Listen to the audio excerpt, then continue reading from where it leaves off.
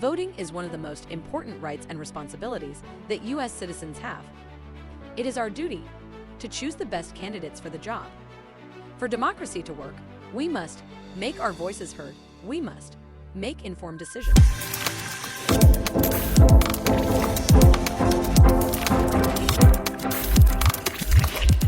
I'm Maxine Toller, and I'm the president of Around the Block Club. Around the Block Club is actually the largest block club in Inglewood. We have about 400 members, which is extraordinary for a block club. And we've actually been in existence for about 25 years. And we're one of the largest voting blocks. We're actually in Morningside Park, and we're the largest voting block in Inglewood. So we feel that it's very important. I felt it was very important to have this forum because we had so many people running for office this time. Normally we have one or two people, but we had, as you could see, we had quite a few people. Some of them weren't even present tonight. And so I felt it was especially important that we had informed voters and that they were familiar with all the candidates, because in order to win in Inglewood, you have to have 50% plus one. And so that's very difficult for any candidate to accomplish. And so that's why I felt it was important to have this event tonight, and I think everybody appreciated it.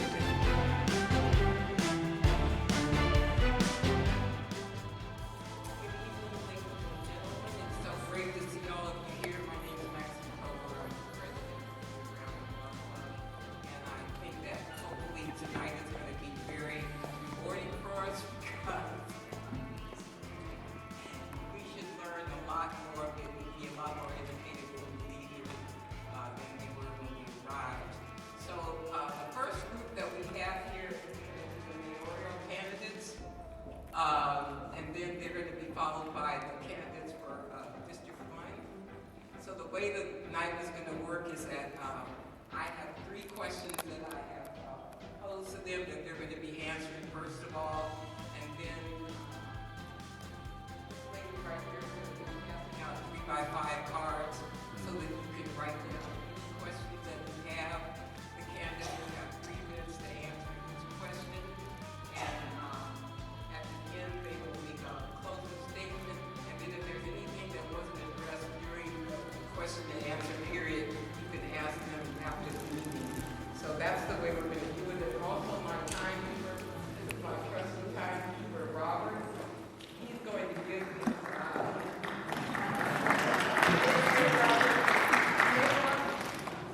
he'll be giving us 6 candidates at 1 minute, and then a fist when your time is up. So please try not to keep talking when the fist goes up so we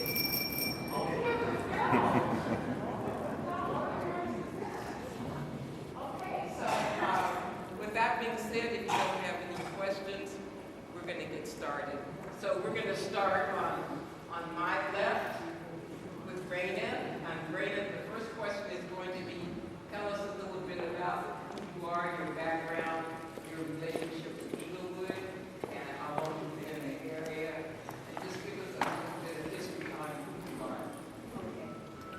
Hello everyone, my name is Raina Carrillo, and I'm speaking from the heart today because we're in a church, and I feel very comfortable that I'm in a church setting because I'm a woman of God. So my story is like this. I'm born in Centinela Hospital, went to Worthington, became an at-risk youth in the 6th grade, went to Monroe, and by the time I got to Morningside, I was a full-fledged at-risk youth.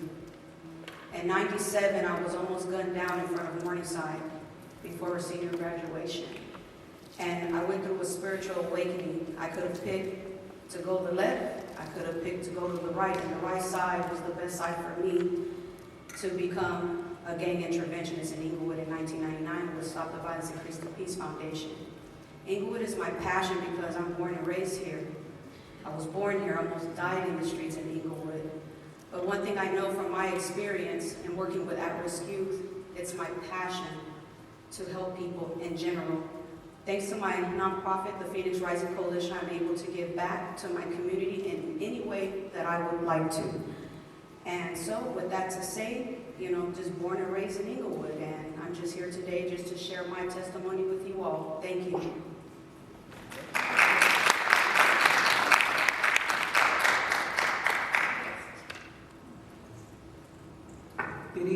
everyone. My name is Angelique Johnson. And my family came to Inglewood in the early 70s. And I'm a product of Inglewood. I played at Darby Park, Rogers Park.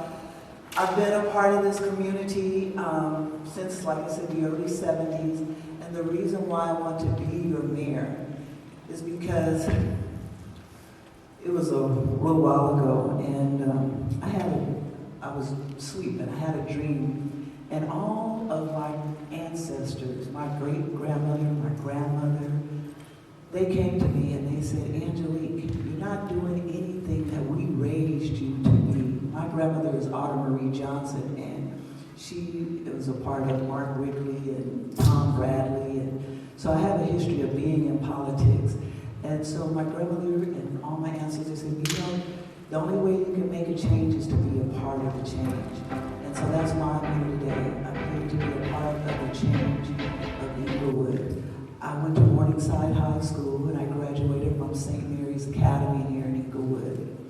And I got a great education here in Inglewood. I have a lot of great friends here in Inglewood. And I just, you know, Inglewood has been through a lot.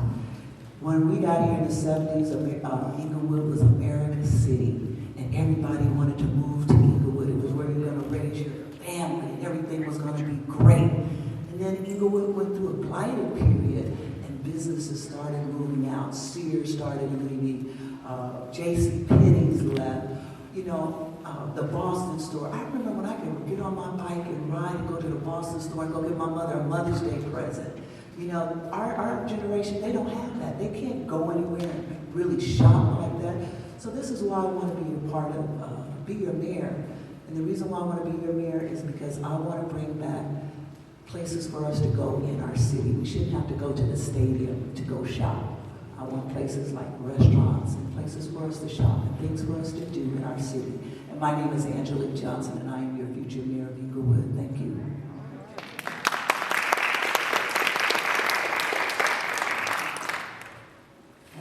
Hello, everyone. My name is Fredricia Dixon. Please feel free to call me Shay. I first want to congratulate all of the candidates who decided to step up and take the call. It takes a lot to step out there and try to be in a leadership position in your community, so I commend everybody that is up here. I am a community organizer, I'm an activist, and I'm a new attorney. I never lead with the fact that I'm a lawyer because I work with a multitude of nonprofit organizations, which allows me to do legal work in this community for free. I'm originally from Nashville, Tennessee, so I'm a Southern girl. I have Southern values, and I still have deep Southern roots. I moved here 10 years ago. At that time, I was working in television. I was hosting and producing a talk show in Atlanta, and I had the opportunity to come to LA to produce it with a TV network. That was in 2012. In 2014, I was activated by the killing of Mike Brown in Ferguson, Missouri. I am the mother of a now 18-year-old black boy, so something in my spirit just motivated me to get up and get out and try to make a change. In my mind, I was trying to prevent my son and other folks in my community from falling victim to that same demise. So I ended up organizing with a group of people. We started the Black Lives Matter movement. I'm also one of the founders of Black Lives Matter Los Angeles. I disassociated myself in about 2016 because I didn't agree with the direction of the organization, but I continue to organize in the community. So I'm currently a part of really all of the local fights that we have here. I'm a people's advocate first and foremost. All of my career goals and objectives revolve around legislation and writing law. I think that it's very important that we have trustworthy people in positions of legislation, because what we have seen in the past is people who don't look like us and who want to oppress us, creating laws that negatively impact us. So it is my goal to write law that positively impacts my community. So for a few years, you know, I was complaining. I complained, to be honest. I was in law school until 2021. And I saw a lot of the corruption going on here in Inglewood, and I so desperately wanted someone to step up and to advocate for our community to make the changes that we need. And then finally, when I graduated from law school, I felt like I had a duty to stand up and utilize my education and my skill set to fight for this community. So that is why I have decided to run for mayor. I am so gracious for all of you. Thank you all for being here to listen. I hope that I'm able to provide more information with you to make it clear in your mind that I am the best option for mayor. Thank you very much.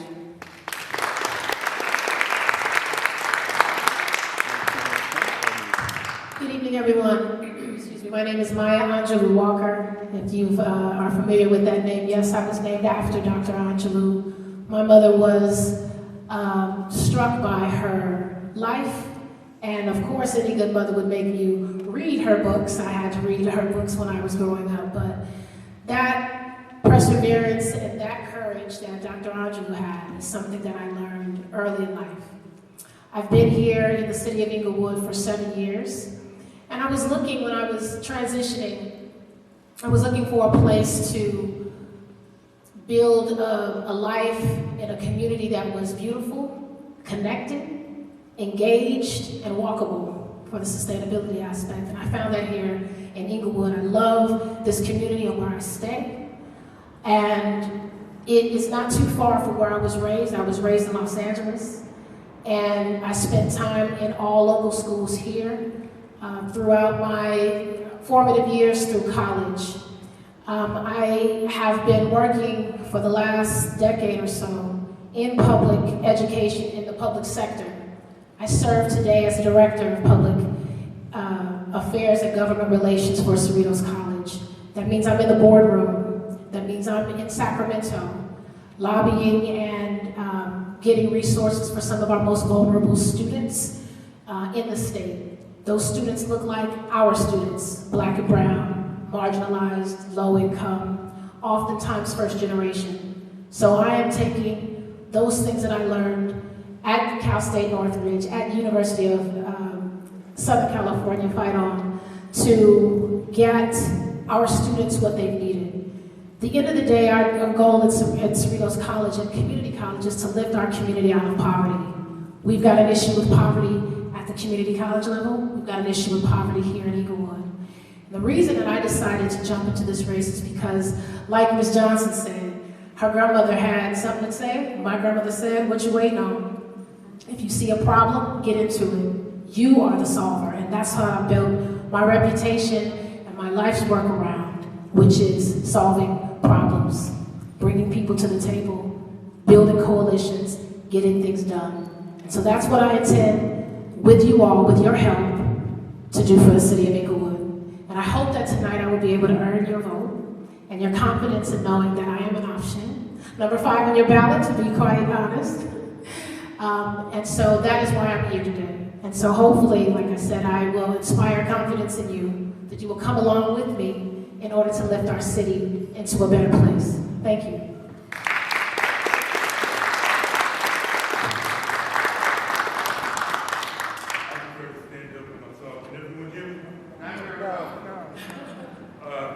Let me get a,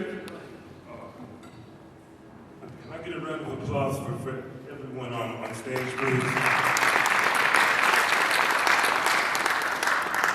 Can I get a round of applause for everyone in the audience who showed up? You know, for the Hey, my name's Keith Goke, and you know, the city of Inglewood has been resurrected by Mayor Butts in some ways through the stadium, am I right? But he's not here. He's not here, but I'm here, and they're here. And so that says a lot about who I am as a person, and, you know, about who I am, like, running, going against Butts. All right, but look, enough about Butts. I'm from Inglewood, California, you know, born and raised. I know what it's like to be on the other side of the gun of law enforcement. When I was a teen, I was stopped by 6 IPD cars. And we were parked outside of my house, and they said we matched the description of the drive-by shooting, and I almost got my head blown off. I was 16 years old, so I know what it's like to be on the other side of the gun of law enforcement. And I also know what it's like to be the victim of crime. You know, I was brutally assaulted, you know, at a cemetery, you know, almost lost my life by a group of men. I was jumped, but I survived. You know, I was assaulted by some gang members. Some gang members tried to kill me in Inglewood before on different occasions, but I'm still here. And, you know, I have survival skills. I know how to survive, and I'm gonna use my survival skills, you know, to help the city of Inglewood survive, to help the citizens of Inglewood survive, the recession, the inflation, you know, the rising cost of living. I'm gonna use my survival skills that I've had, that I carry with me in my spirit, to help the city survive. Thank you very much.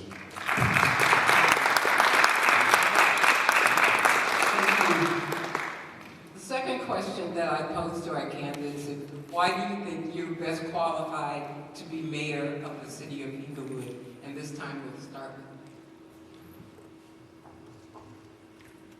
Well, that's a good question. And when I got that question, I had to think for a minute why I was the best candidate to be the mayor of Inglewood, California.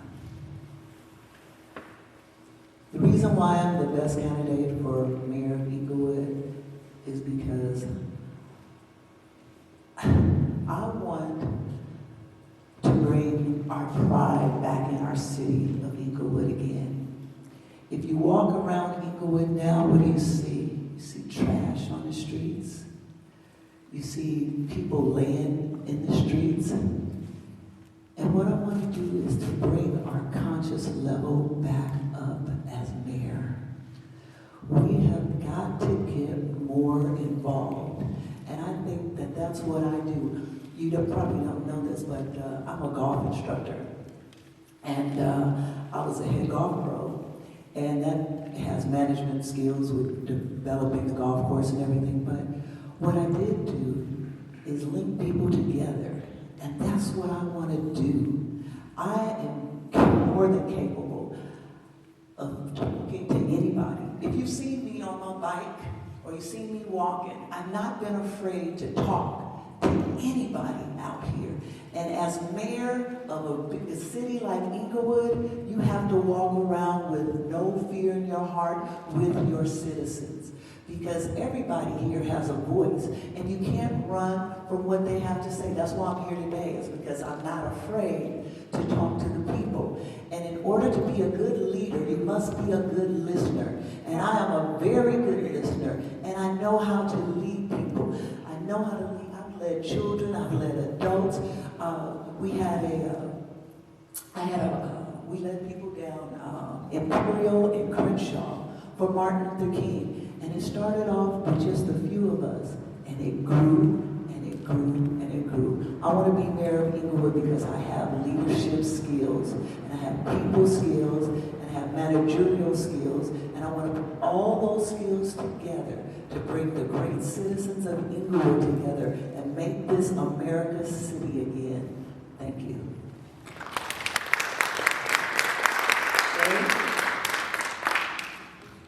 Thank you.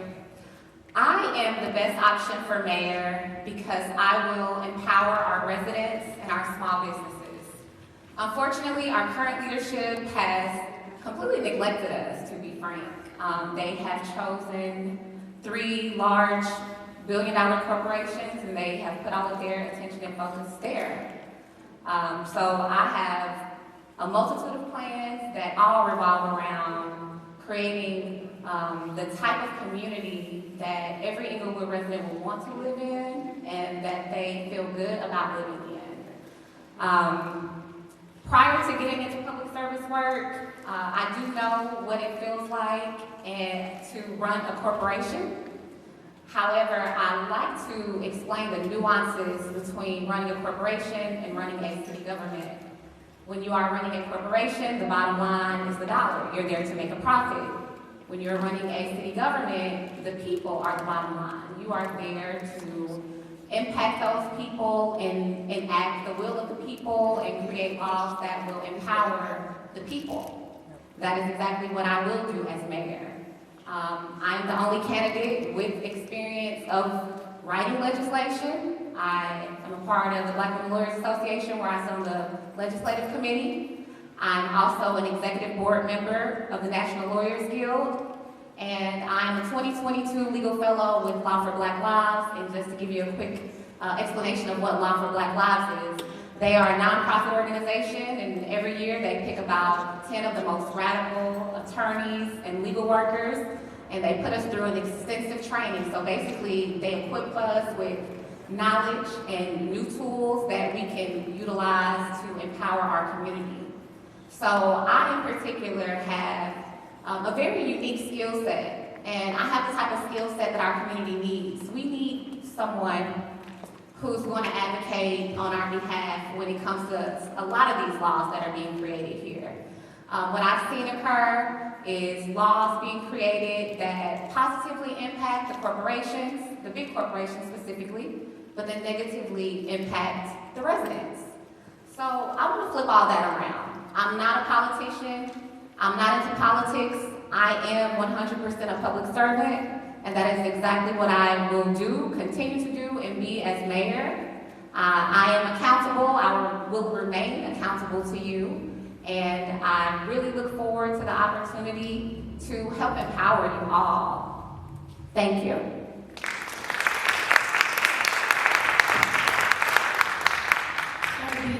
That would be two of us with legislative experience in writing policy. So one of the things that makes me uniquely qualified for this position is this position is quintessentially an executive position. It's a position that requires strong leadership in areas that are unique to this city, which is a number of things: budgets, corporate entities, being able to really juggle a lot of those things together. As I said before, that I serve in the President's office. I support the Board of Trustees for our district. I've done so for over a decade. And that work has shown me how to build coalitions. It's shown me how to take very complex concepts, complex issues, and simplify them to deliver them to the people of our community. It's given me insight into how the legislative process works going in Sacramento as well as in Washington, D.C. It has also allowed me to develop some of those key relationships that you're going to need in leadership to drive some of this change. This is hard work. It's God's work. It is hard work. And if nobody can do this work alone, so you're going to need to be able to tap into coalitions and folks that are going to help you come along with this process. And so part of that is also the education aspect. I've spent time in education, obviously at Cal State Northridge and at USC, learning what it means to develop strategy, working also in the public sector with some of the most seasoned lobbyists and government affairs professionals in apprenticeships, learning this work. So I think that the city of Inglewood, when we talk about the needs, one of my taglines has been priority to the people, which means we prioritize people in the center of our policy making. We think about what the impacts will be prior to those policies being put into place. Whatever projects, programs that we need to be identifying, they need to be given an opportunity for our community to be engaged first. And we have not seen that. So that's the sort of thing that I want to be able to do, to bring us together, to identify resources and ways that our city can be engaged again. One of the things that I've heard while I've been out on the block is people feel disconnected. They feel disrespected. They don't feel acknowledged. I want to bring priority back to the people. Make you the center of our decision making. Make you decisions. Make you stakeholders again. Thank you.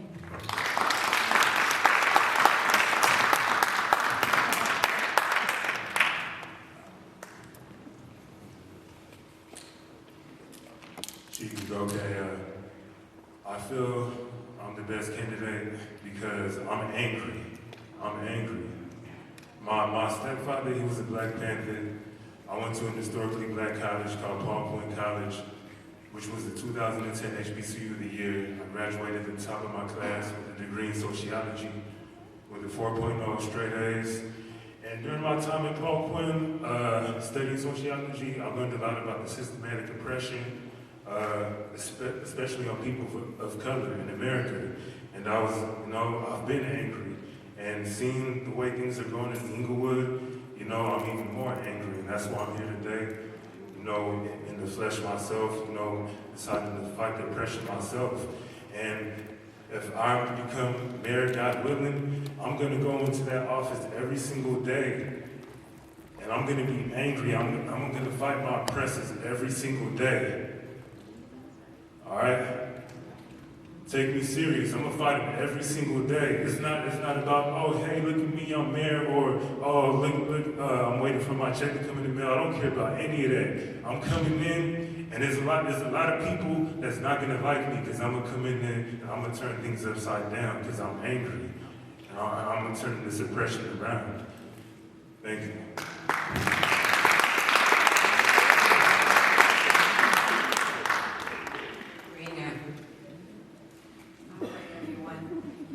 So I already told you guys I'm born and raised in Inglewood.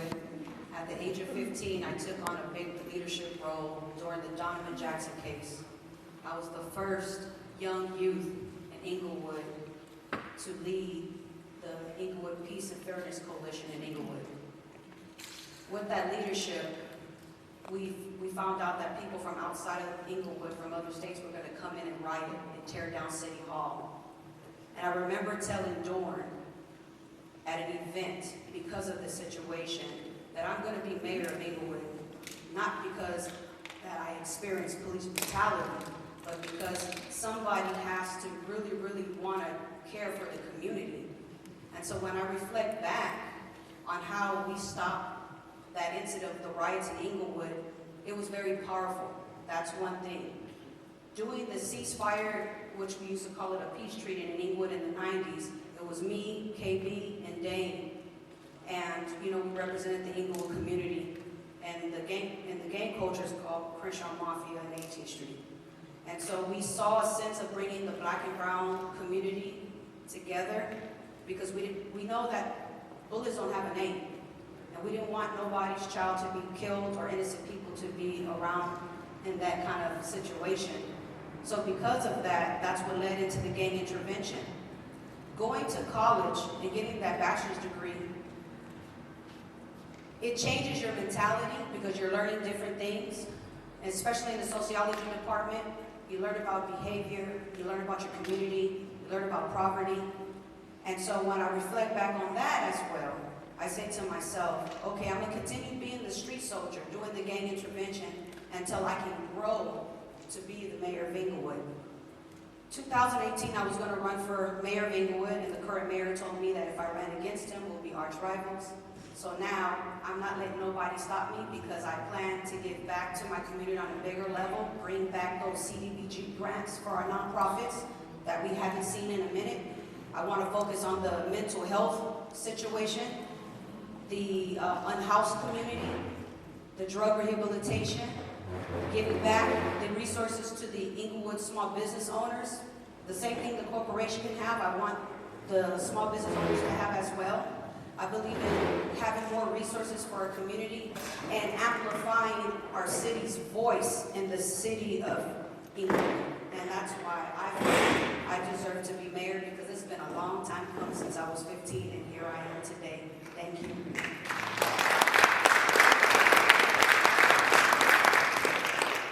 And the third and final question is, what do you think are the most pressing issues and concerns of the residents of Inglewood at large, and how would you handle them? Start with Shay. Thank you, and thank you for calling me Shay. You made me feel like I was at home. Thank you. So we got a lot of issues here.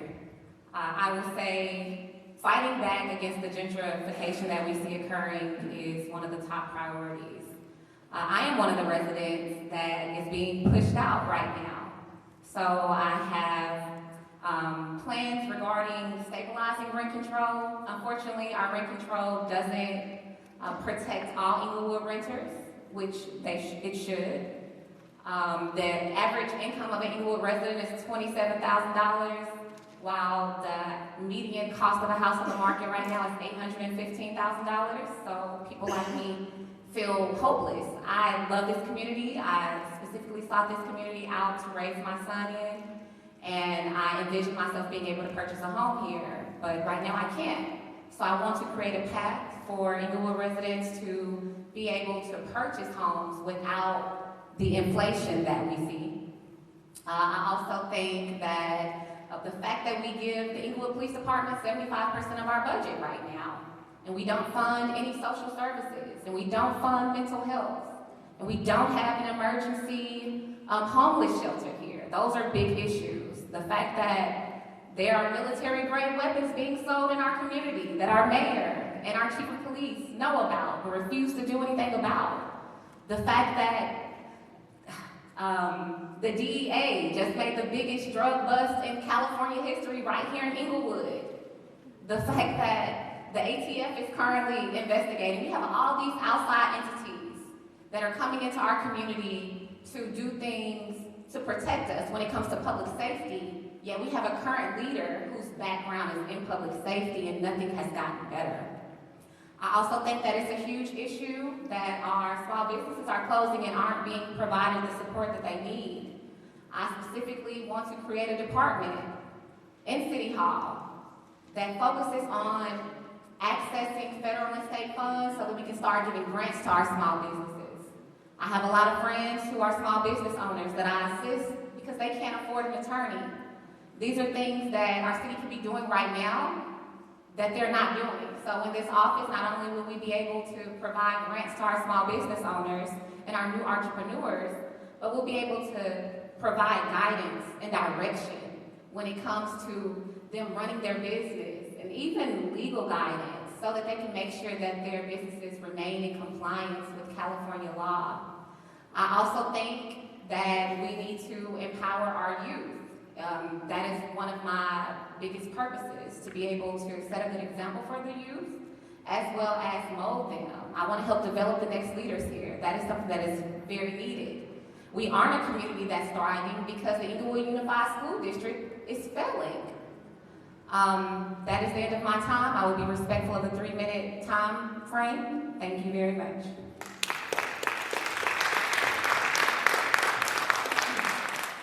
I think I share a lot of the same issues that my fellow candidates have brought up. I think quintessentially we have an issue of quality of life, is what I call it. And all of those can be boiled down to the disruption that these stadiums have brought to us, more so than benefits. Now, I'm not saying that the stadiums haven't brought benefits, but they have certainly brought a lot of disruption in traffic and noise pollution and the way that we are able to move about our city. Also, thinking about how do we, when I talked about poverty earlier, when I talked about how do we lift our community out of poverty, when we have 15% of our community that is currently at or below the poverty rate. And as Shay said, being unable to provide a home for her family is something that is, I think, unconscionable. So going back to the issue of how we lift out of poverty as a quality of life issue is education. Education, as you may not know, that our school district has been in receivership for 10 years. What that means is we do not have local control of our board. So that means LACO right now is currently making decisions on behalf of our city. Of the education system. And as an educator, I know that education changes everything. We know that we've heard our leader, our mayor, say that everything in Inglewood has changed. Well, everything in Inglewood has changed except for the education system. And so at this point, what we need to do is identify those resources to help us out of receivership. We are one of 4 campuses, districts rather, that are stuck there in receivership. But we're unique because we also have 6 benchmarks to meet on top of paying back a $29 million loan, which is based on student enrollment. We don't get the student enrollment, we can't pay the loan back. So we have a quadri of issues with education and making sure that our students are getting the most resources. Now, the district does have some dollars. We need to get them to spend down that money in the most critical areas. So along with our students, we need to be thinking about our adult learners. We are surrounded by, there's no question I'm an advocate for community college and education. We're surrounded by education institutions that can help bring our residents and small businesses more education and learning. There are tax breaks that we can be providing to our small businesses and creating entrepreneurs out of our own residents here. So those are some of the things that I believe. Quality of life is number one. The basic customer service at City Hall. Can we get a call back? Can you open up more than two Fridays in a month, please?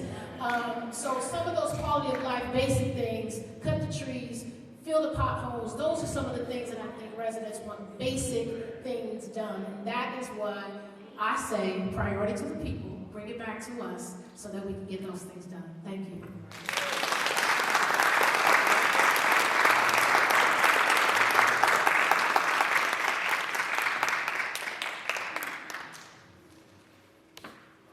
The main issue is the cost of living, not only here in Inglewood, but across the entire nation of America. Right now, 20 million Americans are behind on their energy bill, 3 months behind. And what I want to bring to the table is free energy to Inglewood. I want to make Inglewood the first city ever to be run on free electricity. And I'm going to be doing this by reaching out to Maxwell Chikubuto, which I've already done. He's invented an energy technology source that creates energy through intercepting radio frequency waves. And he's working on getting it patented right now. But if I'm able to get Inglewood's budget to finance that, then I can run the entire city of Inglewood on free energy. And this is how I'm going to help decrease the cost of living. If you all don't know about him, his name is Maxwell Chikubuto. He's online. He's also created an electric car that runs on its own. You don't have to charge it because it intercepts radio frequency waves and it charges itself. But it's breaking new technology to be able to provide free energy. And this is the step away into the future.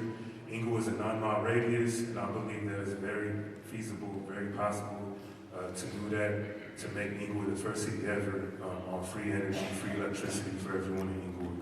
Thank you very much.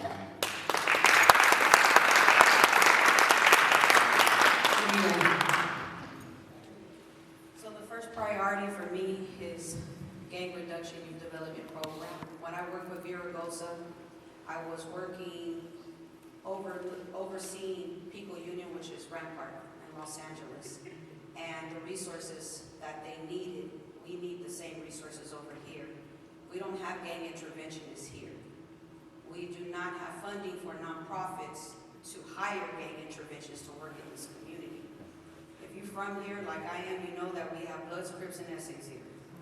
So we have to learn to teach these young individuals and these adults to have responsibility within our community. Prevention is first, because I started that lifestyle when I was in 6th grade at Worthington. When I got to junior high at Monroe, it was no turning back. By the time I got to Morningside, if you guys know about Project Hope, raise your hand. All right. I've experienced Project Hope, and that's where they had me at, right? So when I reflect back on that, I said, okay, we need prevention, intervention, and reentry for the people coming in prison. Because I have my nonprofit based in Inglewood, I'm able to help people coming out of prison and personally mentor them to get their life together, get them into a union, electrical, construction, things of that nature. Even for the women that are coming out of prison, people don't focus on the females that are coming out of prison, whether they're gang members or not. But I have a passion to always have that leadership within the women's circle, because some of us women, we tend to kind of bump heads when we need to be in unity. You know, it's like reach one, teach one, you know, metaphor for me. So with that to say, that's one of the main ones that I plan to do, have case managers in our 4 districts, gang interventionists in our 4 districts, have them create sports, summer night lights just like Los Angeles. And the second one is permanent housing, because one of the candidates mentioned about gentrification. I worked in Echo Park, and I remember it was predominantly Latino, and now it's different. And not that I'm afraid of, you know, white people moving in, I'm not, you know, I'm Mexican and Creole. We got all kind of people in our family. So, but I think what it is, the gentrification part is when you start to push the black and brown people out who cannot afford homes. So what do? We have to create permanent housing. So I learned how to do that within East Los Angeles because they have a lot of permanent housings over there. And the mayor of Los Angeles helped create that with us gang interventionists in the grid. So I want to implement everything that I learned in my 20 years from a street soldier, meaning like I started from the bottom, to getting that education, working with Mayor Viragosa, to doing financial services, because I have my own business that I run, separate from the nonprofit. And I'm a mother of 5. God bless me with 2 sets of twins and a daughter. So I have my own tribe. Amen.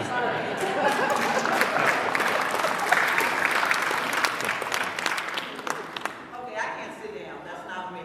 So you guys have known me. I've been walking and riding my bike all through this. I don't even need a mic.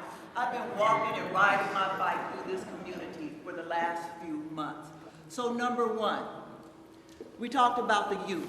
So everybody says what they want to do. I have actual programs. So I have a program called A Joy. A Joy stands for Angelique Johnson Organizing Our Youth. It runs the same way she was talking about. It's going to be for each each council, so District 1, District 2, District 4, we will run it out of all of those, okay?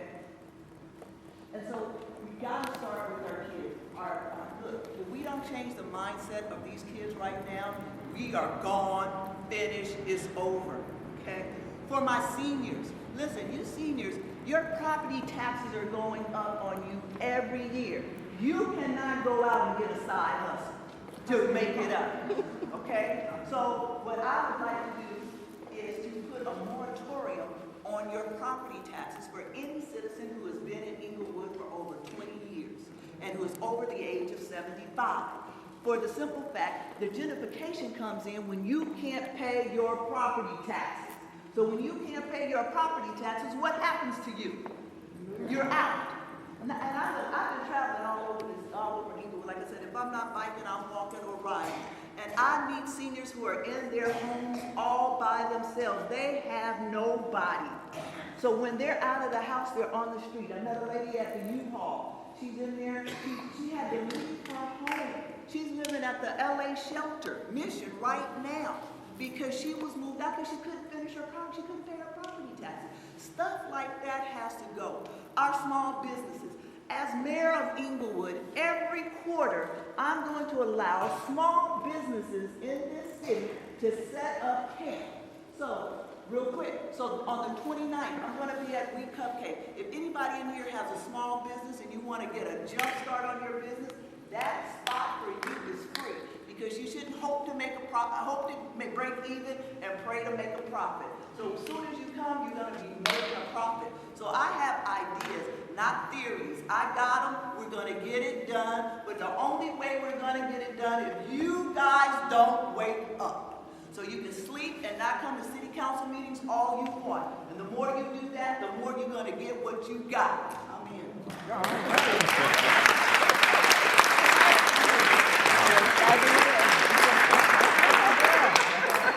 Thank you so much. We appreciate your passion. Those were some great answers. So now we're going to be asking questions that the audience has submitted. And because I have so many questions, we're going to have to reduce the response time to 2 minutes. This time I will start with Maya.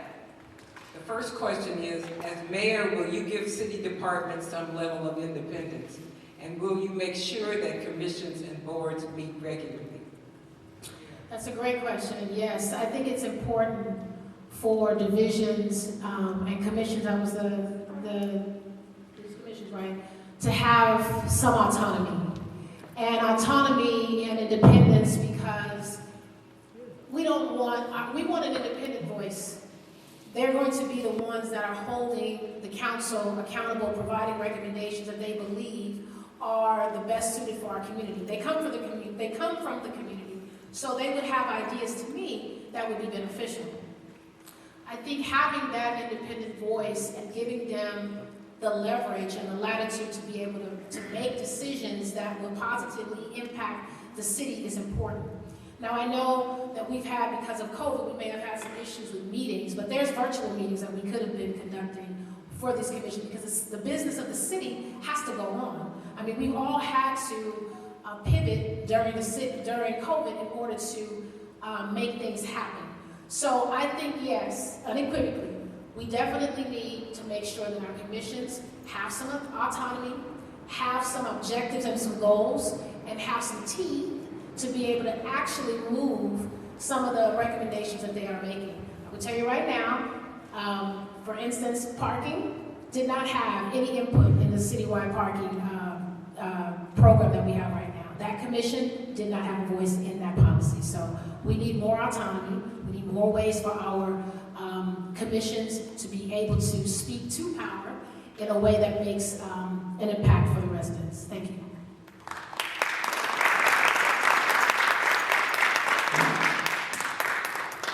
Maxine, can you repeat the question? As mayor, will you give city departments some level of independence, and will you make sure that commissions and boards meet regularly? Yes, I will give the department independence. Yes, I will do that.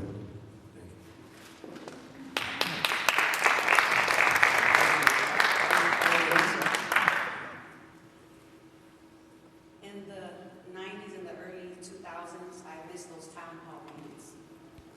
We haven't had a town hall meeting, I don't know how long. So when you have a town hall meeting in your community, you're hearing everybody's voices, right? When I went to City Hall to give my mayor application, it was not a very nice, pleasant environment. They look at you dry like you owe money. And I feel in that part that, you know, her City Hall is not open to our residents, friendly, you know? So that's the second one. The third one is bringing a coalition, what we call CBOs in the nonprofit sector, community-based organizations, right? Where you have law enforcement, where you have the mayor representation of council members, and businesses, schools, nonprofit sectors, things of that nature, where you bring them all together.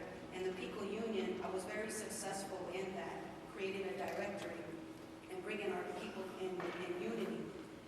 The blessing is of my mentors that are very successful. I love the fact that I have these resources to be able to give more to our community, and any resources of financial, state funding, federal funding, because we need our community back, and we need to give the resources to our community. And I do believe in having our meetings at 7 p.m. versus 2 p.m. when everybody's working.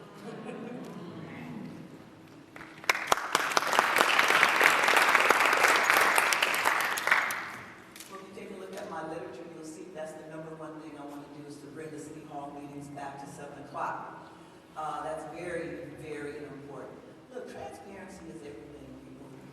And the city of Inglewood has been getting away with a lot, because not only have they not been transparent, but let me lay some responsibility on you. You have not been putting any type of responsibility on the city government, on the city hall, or any of that. So when everybody, you not read all these laws, and everybody's complaining about this, complaining about that, yeah, you can complain all you want, but until you actually go down there and be a part, when you go to city hall meetings now, it might be 3, 4 people there. That's ridiculous. Nobody's on the phone, so they can pass laws, they can do anything they want, because you are not taking responsibility for your city. And that's where all of this starts. So with whatever government agency you're going to have, if there's no checks and balances, you're going to be overdrawn.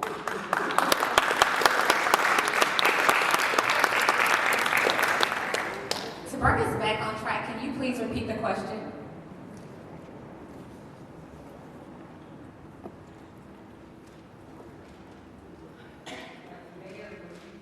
Department some level of independence, and will you make sure that commissions and boards meet regularly? So the short answer is absolutely yes. Let's be clear. Every department and every board are supposed to already have autonomy. Now I'm talking the law. So if we have a leader who is making decisions for other departments, that shouldn't be happening, and it is against the law. So one thing that I do have going into this position is knowledge of the law. So I pride myself in being someone who is ethical and who, tries with the best of my ability to abide by the rules. Now this is the easy part. It's not hard to allow whatever departments, whatever boards, or whatever figureheads to make the decisions that they're supposed to make. After all, that is the reason that we put them in those positions. We put them in those positions because we trust that they're going to make the right decisions, and that's how it's supposed to be, and that's how it should be. So as mayor, I definitely will not be engaging in other departments, putting my opinion or what I think should happen above what other departments think should happen. And, I intend to work in conjunction with these departments to enact the will of the people of Inglewood. So, yeah, I will absolutely allow for boards and departments to remain autonomous and make the decisions that the people of Inglewood need them to make.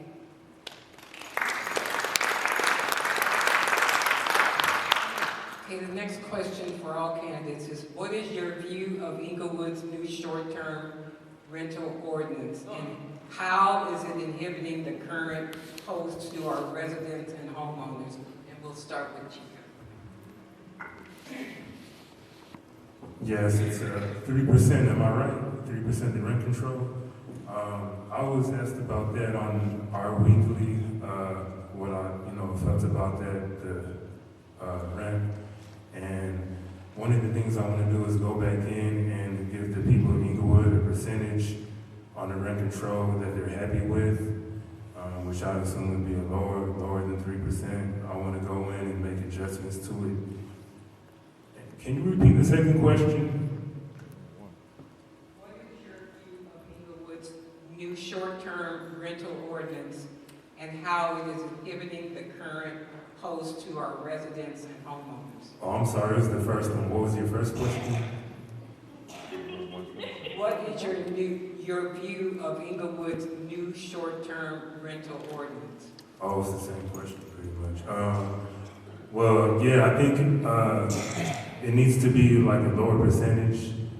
I know the property value in Inglewood is going up, but there was a freeze temporarily. The property value stopped going up because of the parking permits.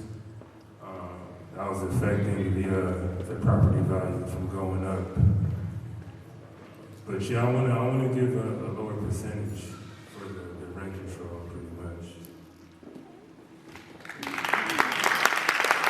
Just for clarification, I think this question is really referring to Airbnb. Okay, Raina. So right now, there's Inglewood residents that own Airbnbs, and they've reached out to me, and they're not very happy with the current mayor and him implementing them to pay fees, and then when they pay the fees, then there's left like with nothing else, like nobody responds to them to call them back to proceed with the next step and the next step. So for me, I feel that if Inglewood resident has an Airbnb, I'm okay with that.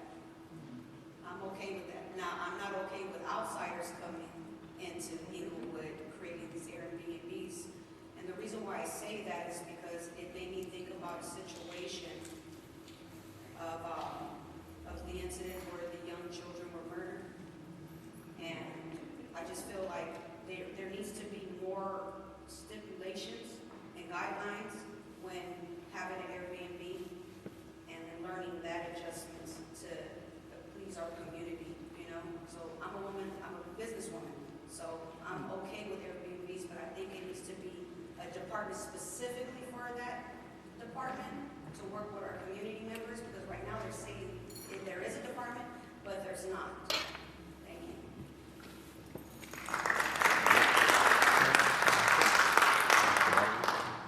Well, I don't know if you know, but the Airbnb situation is a mess. And it is because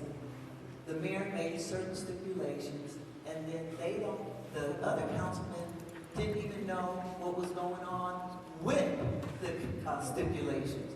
So just like the parking and just like other things, they never have a follow through with their plans or what they're going to do. So the Airbnb is a mess. For one, if you tell a resident that they can build a garage and use it to make extra income or rent, then that's what it is. And it shouldn't be anything else. So with this current, looking at you, but with this current situation, it did nothing but cause more confusion. They want to put a lien on you, they will put your taxes, like the water system. Look, it needs to all be revamped, just like the parking situation. It just needs to all be revamped because we have people who put things into place without thinking the end of how it's supposed to happen. So this stuff right now that we're going through is just a joke, and that's why we need a new mayor, and that's why you guys need to attend the city council meetings. All right, girl. All right.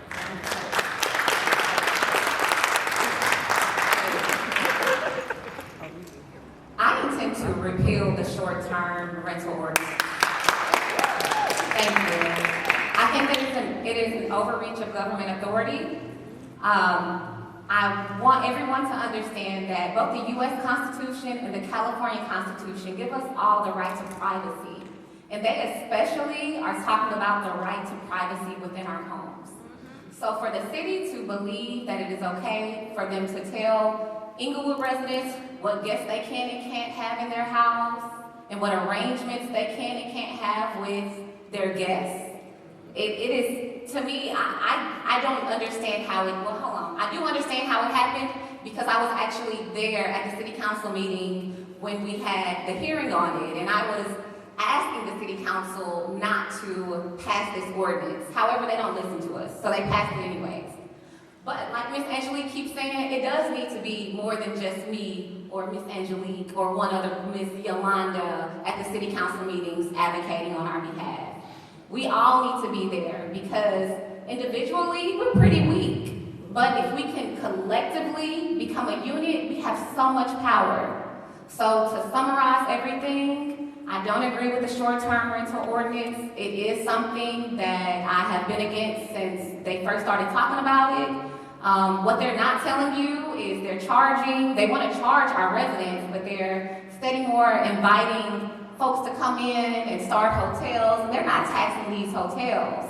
So I will do away with that short-term rental ordinance. I want people to be able to have their constitutional and their California right to privacy.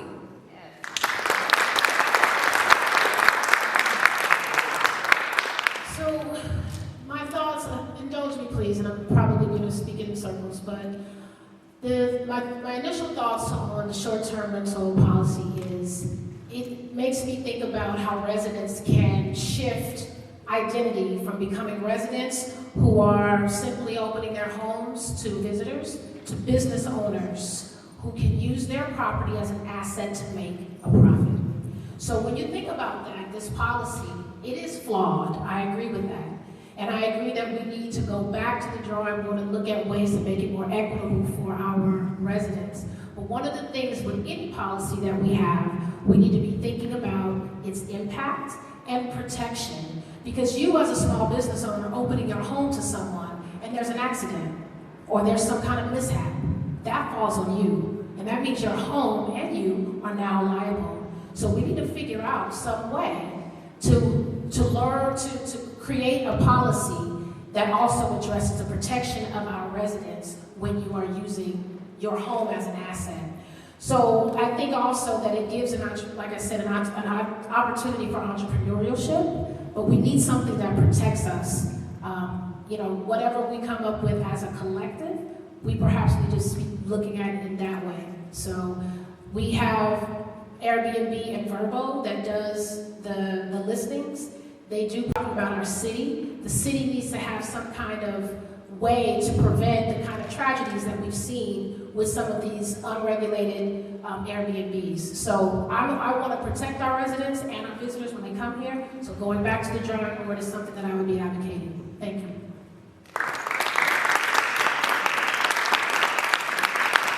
Okay, this question is for Shay. Shay, will you, one, with the parking for us who live near SoFi, paying for parking permits are not fair? And two, will you help to put the residents first?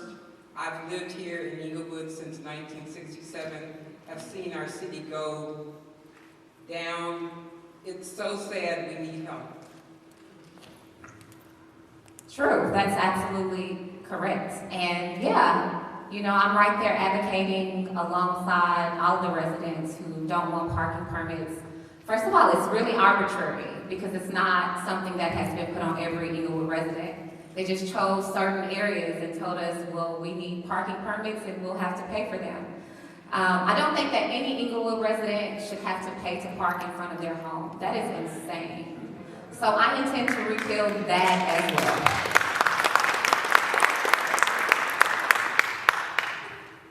Okay, this is for all of the candidates, and we'll start with Raina. What is your plan to assist with increased traffic for residents?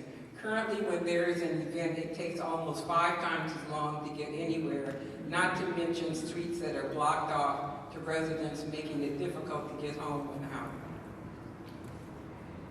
I've experienced the traffic personally.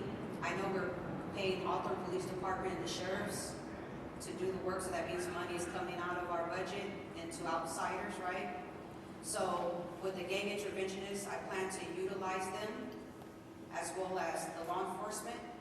It's hard to try to implement something when the chaos is already there.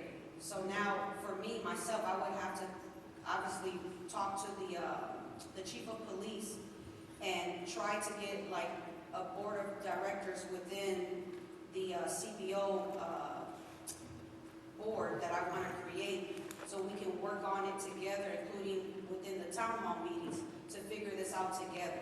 So I'm not going to sit here and lie and say, oh, I have the plan to do A, B, and C when I've been through it, and nothing can change because these stadiums are already there. And what we have to experience is not a good experience. So I have to figure out within the community how we can fix this situation. Thank you.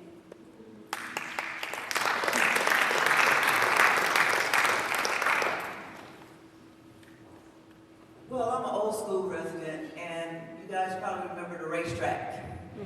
Well, we do have more people here than the racetrack. But if you remember, we had a 4-lane flow this way, and we had a 4-lane flow that way. And when a lane wasn't open, you had an X. When a lane was open, you had an arrow telling you that it was green. So look, they will block the traffic on Century and Crenshaw and take out a whole nother lane.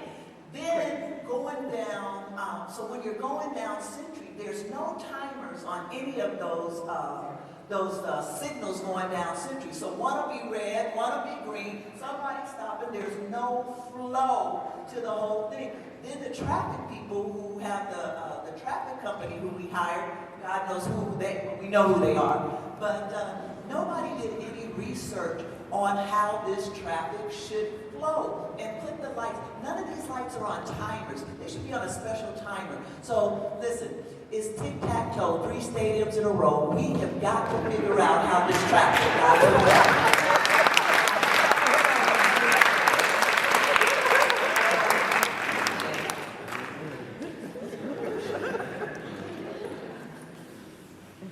So I don't agree with the fact that we don't have a plan regarding our traffic with these stadiums. And it is not acceptable that we just have a few people in the middle of the street that aren't really directing traffic and then lights that stay green for a very long time.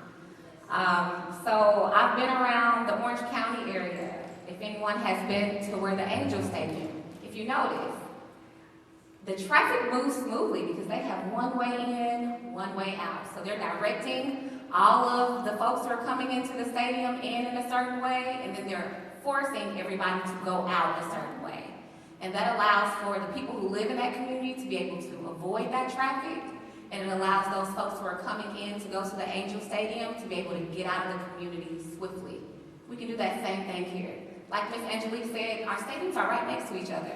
We got the 405 that way, another interstate that way. We can push them west You know, so I think the main objective is to actually go to the drawing board to put together a plan, because the plan clearly has not been put together. But one way in, one way out. Let's get them in and then let's get them back out as quickly as possible.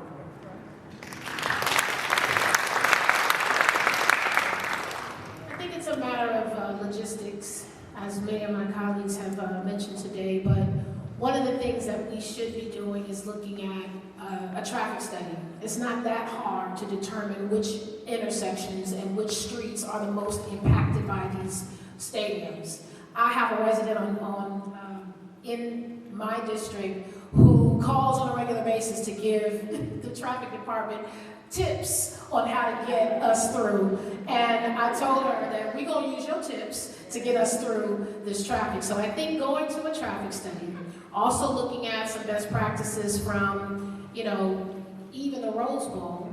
I mean, we're not the only city that has large venues that know how to do this thing. We could be doing some mitigation strategies. I learned about a civilian traffic force. I think that I heard that back in the day that Inglewood had this civilian traffic force back in the day that were helping with traffic. And perhaps that's an opportunity to give our young people some work, to let them get trained, or some people who may be looking for other opportunities to increase their income to do something like that in support of our city. So I think, again, when you make people the priority, these are mitigation strategies that you think about before you put these mega stadiums into our area. When you squeeze it in, 3 different, you know, Yolanda would say, cathedrals into these spaces, what do you think is going to happen? We're bursting at the seams. So we're all just trying to get around and figuring out ways to communicate in order to get us through traffic. That's another thing. I think we need to be using technology more. I think, yes, we've seen the little emails that you can subscribe to. But we are kind of a text message. We're kind of a different type of space that we're in now because of COVID. We have the advent now of technology, and whatever that looks like to help us get through our traffic and any other issues, we should be relying on technology also to help us through this. So, thank you.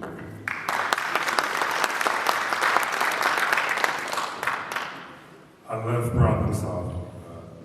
So traffic, you know, the train is going to be running through Inglewood, so there's going to be a lot more people taking the train for the simple fact of avoiding traffic to and from gangs. And I want to add on top of that, I want to add incentives, especially working with the owners of the Forum and SoFi. I want to give incentives on tap cards, bus passes. If this fan or patron decides to arrive by train and they show proof, you know, that they have a tap card, gives them a discount on their ticket to help reduce traffic. And I think the owners of those venues would be happy to do that because once the Clipper Stadium gets here, there'll be 3 venues, so I think they'll be happy to honor incentives on patrons arriving by train as opposed to driving.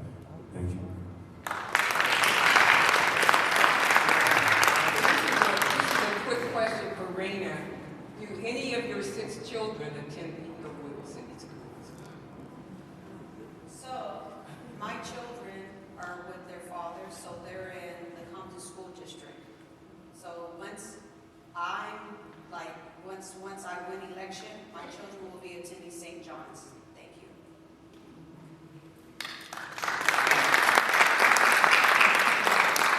The next question is, what will you have to offer the seniors in Inglewood? So far, we're ignored.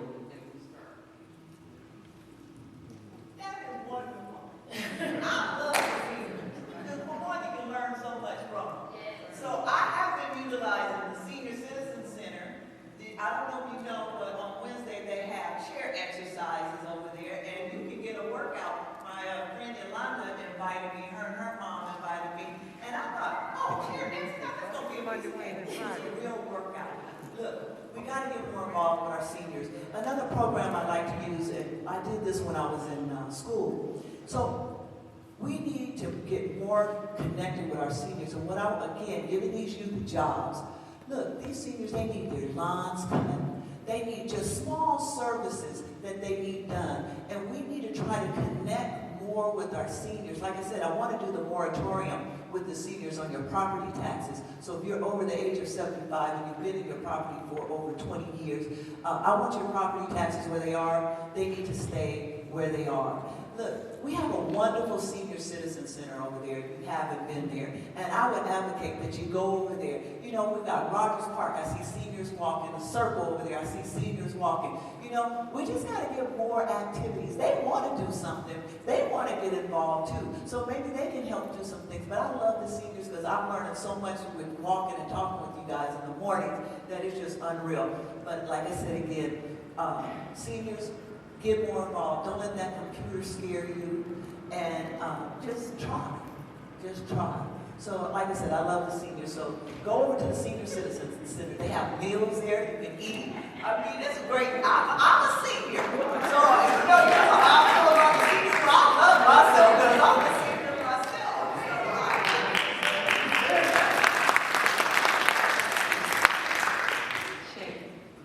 Thank you. We do have funding in our budget for the seniors, and I really appreciate that. I think that it would be really good to get our youth involved with our seniors.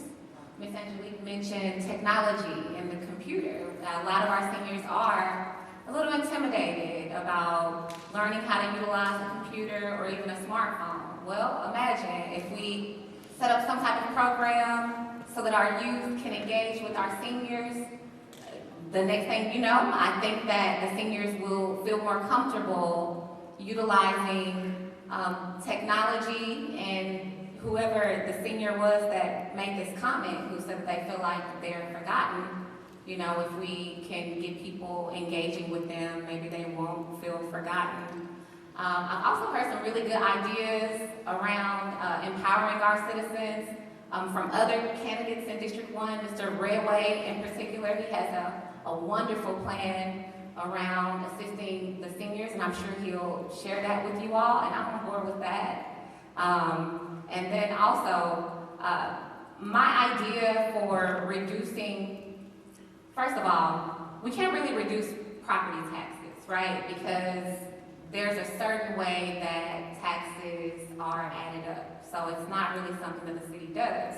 But what the city can do is provide different financial resources to stimulate our homeowners, that our homeowners can utilize to pay their property taxes. So that is definitely inclusive of the seniors, but it's also inclusive of all 33% of our homeowners here in Inglewood as well.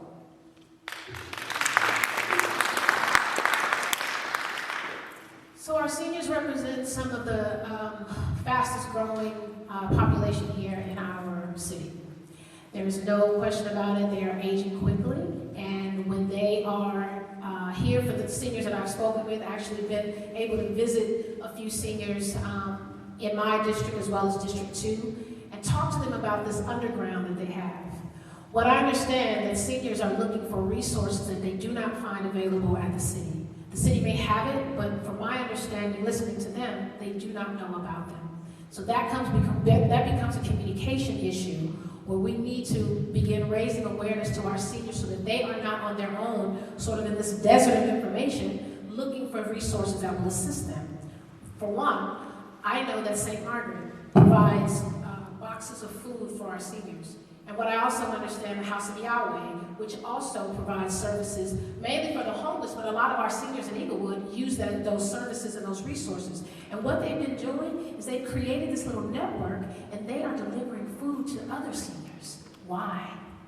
At a time when these seniors have invested so much in this community, we need to be investing in them, making sure that they have all those resources in a tight little place where they can get assistance with their utilities, where they can get assistance with food, where they can get assistance with good exercise and nutrition. We need to be serving our seniors in their golden years. And I believe that if we make that a priority, again, putting the people in the middle of our policy making, we will help make our seniors more comfortable here in our city.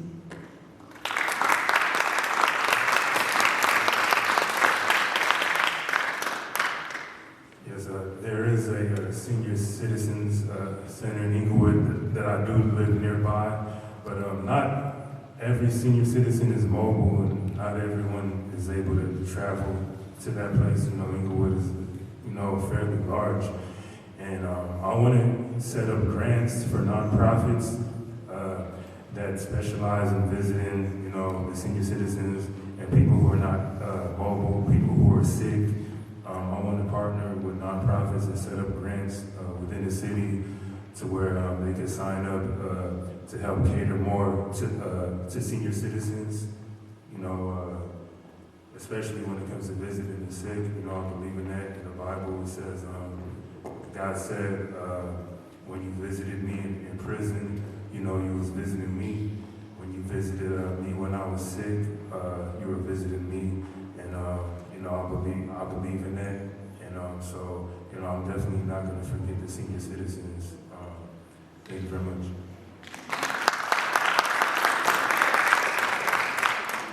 So when I was at Morningside, I attended a violence prevention program called Peace Colors at Morningside. And with the at-risk youth, they wanted to soften us, So I ended up volunteering at the, oh my God, I just lost train of thought. At the senior citizen, sorry. And I remember one experience that with us youth, a lot of these seniors, they didn't have family visiting them.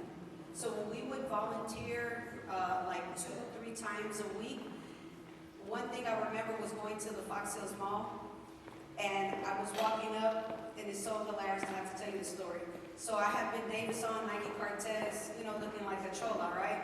And I walk up in there, I'm still rough around the edges, and I'm like, they're like, oh, so what are you here for at Mac Makeup Counter? I said, you know what, we have our elders in our community that needs makeovers.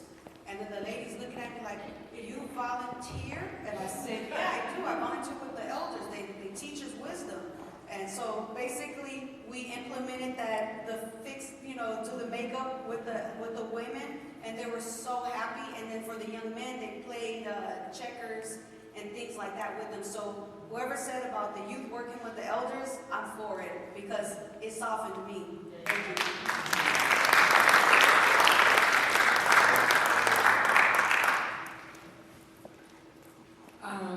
Okay, how do you plan to address the crime in the city?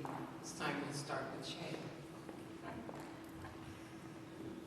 This is a great question. I, in particular, don't view myself as someone who is a crime stopper. However, since applying for this job, I have gotten so much information about the crime that is occurring here and not being stopped or not being prevented that it really makes me sick to my stomach. One of the first things that I want to do is clean out our Inglewood Police Department. As I mentioned earlier, we're giving them 75% of our budget, and we don't know how that money is being utilized. Our community is not getting the services or the resources that we need or that we are paying for. And y'all, I'm extremely radical. So I don't want to surprise you by anything that I say. But I want to say that the Inglewood Police Department is not our only option. And the community should be able to decide which entity comes in this community and provides the services that the Inglewood Police Department is supposed to provide us. If the Inglewood Police Department is not able to provide this community with the services that we need and are paying them for, then I think we should go to the drawing board and see what entity will be able to come in and solve these issues, because they are serious and they are being ignored, but under my leadership they will not be.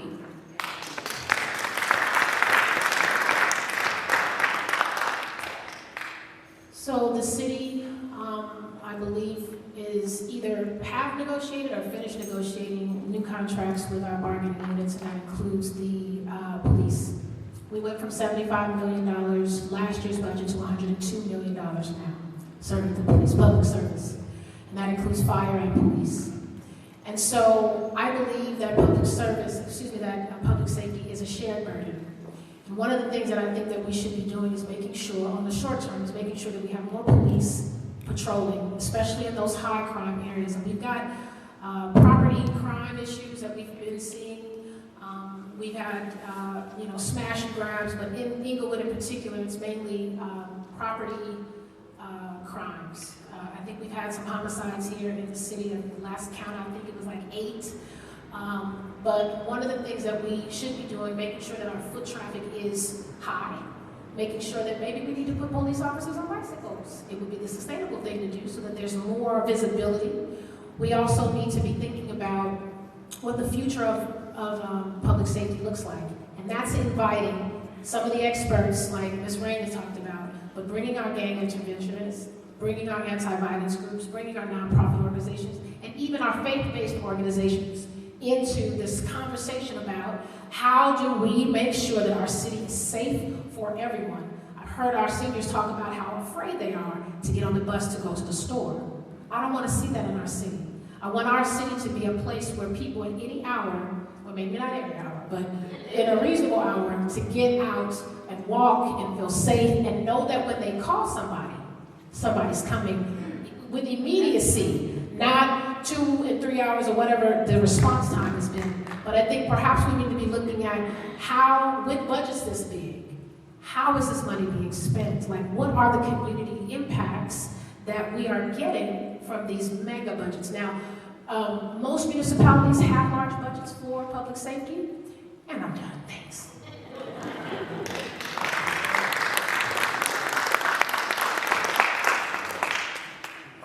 I mentioned earlier, I study sociology. Systematic oppression is real. Right now we're living in an era of Jim Crow, although you can't see it. So what happens is when someone makes a mistake, they go to prison. When they get out, guess what? They can't get a place to stay because they can be legally discriminated against for housing. They can also be legally discriminated against for jobs. So a lot of these guys that make mistakes when they're younger, they can't even get a job, so they're desperate and they turn to crime. So I want to set up programs to where people who are being released from prison, I'm trying to disrupt the Jim Crow system that they have in place for these people that have made mistakes and give them opportunities by setting up trade schools, things like that, partnering up with nonprofits that help people like these. And things of that nature, because that's what the problem is. The problem is systematic oppression.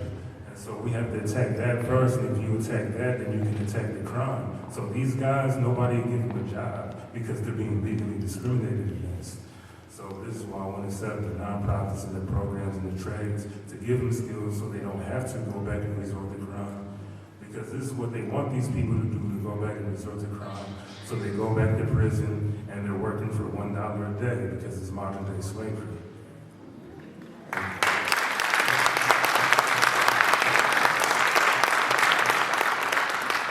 I mentioned earlier about duplicating the City of Los Angeles Grid Department, Gang Reduction and Development.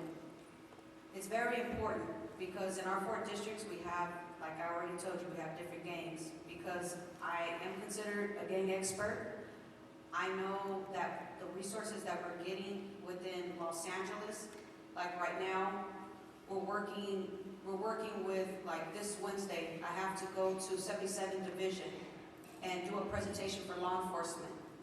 Because our law enforcement are working in an area where it's predominantly black and brown, and there's no relationship when they come working in our communities. So we teach those classes to let them know that we're human just like them. If you come to an understanding and start to understand your community, you can actually talk to our community residents versus, stopping us and mistreating us. So once we implement that workshop within the Inglewood Police Department, then the next step is just implementing the grid. And then also trying to bring DARE back through nonprofits, where law enforcement comes back into the elementaries and junior high schools to build those relationships. Thank you.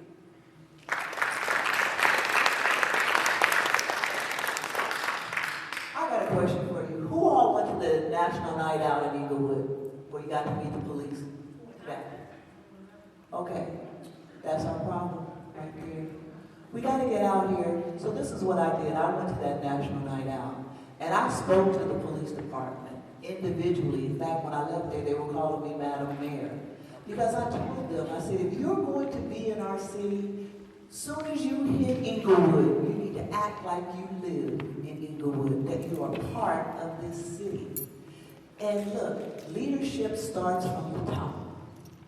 So if the leadership of the city is bad, it just flows down. We lost, I don't want to say we lost, but 2 officers left the city of Inglewood last month. One went to Anaheim and the other one to Huntington Beach. So we lost officers. We're losing officers. Look, they're paying $87,000. If $87,000 is not attractive enough for you to get a job or to work for, something is wrong. So as mayor of Inglewood, it's going to be my job to go out and physically go into the community and recruit the police that I want to police my city, because it starts from the top. So that's my plan. And where's the police officer there, Miss Cinder? She was in charge of that National Night Out. And we need to participate in that. We need to participate with her. We need to talk to our officers. Just being mad at them because we think they're mistreating us is not enough. They have to know who we are. When I was growing up in Inglewood, we didn't know the police, but we knew the police. You know? So we got to get back to that. We got to bring the police to us, and we got to go to the police. And we have to develop a relationship. And we don't have a relationship with the police right now. It's a them versus us. And we got to let that go. My last thing real quick is I want to go back to good neighbors. Remember we had Neighborhood Watch? Well, I want to get back. It's called Be a Good Neighbor. And you're going to have a sticker with a good neighbor with a little halo on it. And we're going to start looking out for each other, not just ring door to door.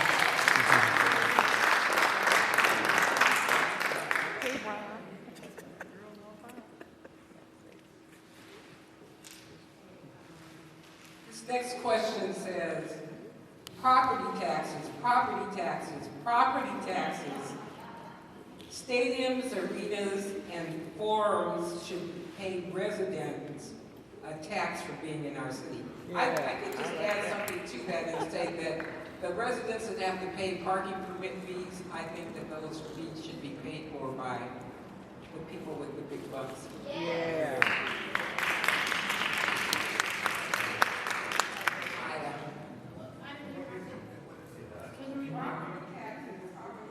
Property taxes, stadiums, arenas, and forums should pay residents a tax for being in our city. I love that, for sure. I think this is what I always say, like we have as a city been laser focused on development and investors. Nothing wrong with having developers and development here, but I think that it needs to go hand in hand.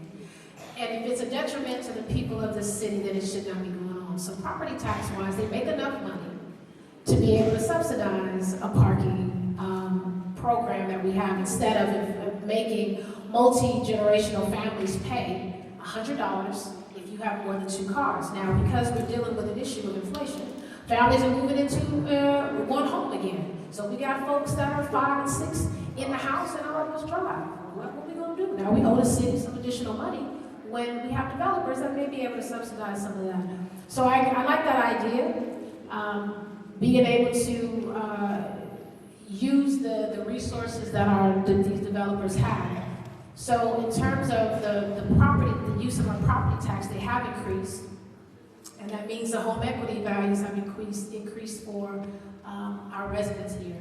And so one of the things that I think we should go back to is, again, back to the drawing board around the city parking, since I think we talked about that. And making sure that our residents, the use of our tax dollars for property values is being used wisely. Thank you.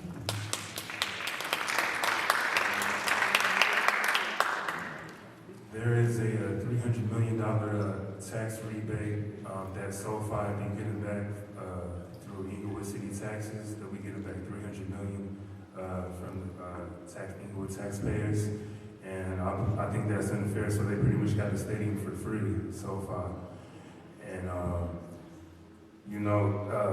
the reason why we're being taxed more in Inglewood, people are going outside to purchase instead of buying in Inglewood because the taxes in Inglewood are higher, is because Inglewood is not generating enough revenue to subsidize, so that's why we're paying more taxes. And I want to attack that bringing more revenue to small businesses and business in general in Inglewood. One of the things I want to do is I want to set up a grant to where social marketers or promote small business in Inglewood to help generate more traffic and money to small businesses.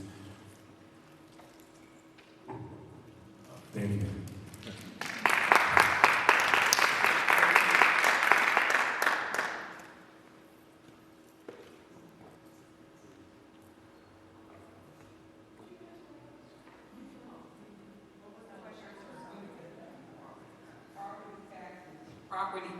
Property taxes, they feel that the stadium owners should be paying the residents to do business in Inglewood.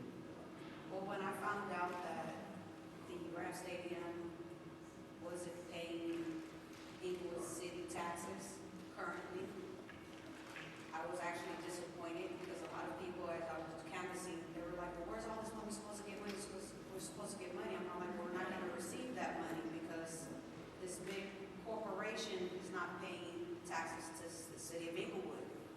So for me, I'm in alignment with the topic of letting the Rams and the Clippers pay for that because they're not doing anything right now.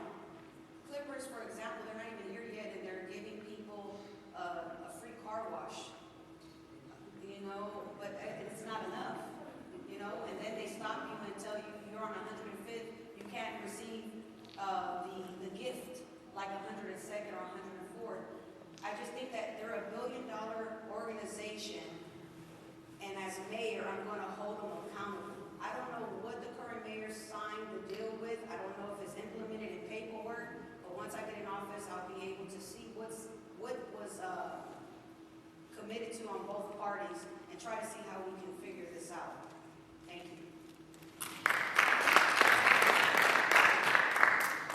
Well, we always hear our current mayor tell everybody, oh, your house has gone up in value. Aren't you happy? Okay, and your taxes did too. Okay, so you paid a tit for tat. Do these large companies that are coming in, building these stadiums, do they owe us? Yes, they do.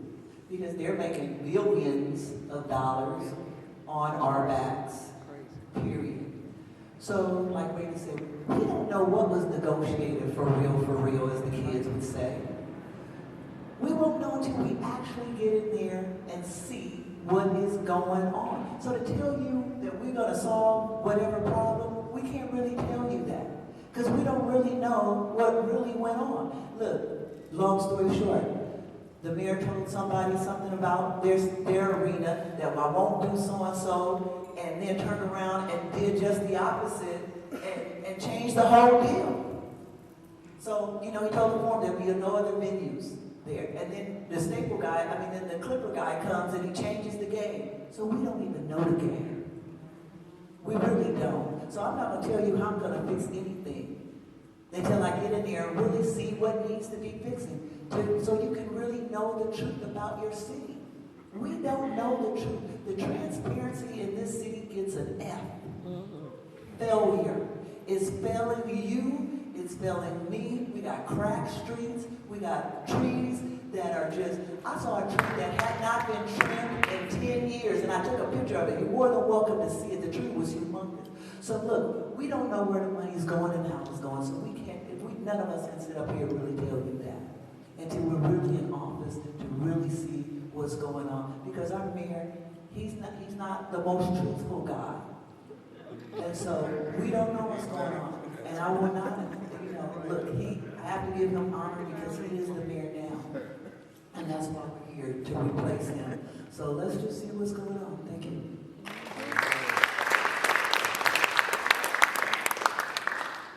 There are many ways that our city government can provide relief to our homeowners regarding their property taxes.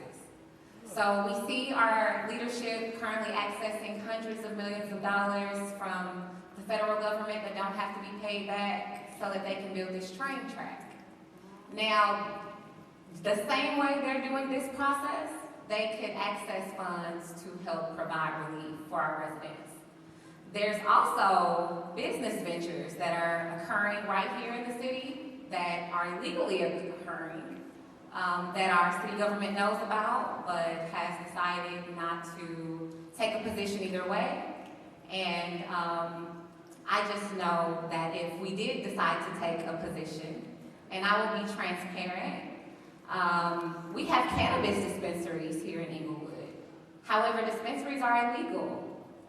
Our city knows that these cannabis dispensaries are operating, but they are choosing to allow them to operate.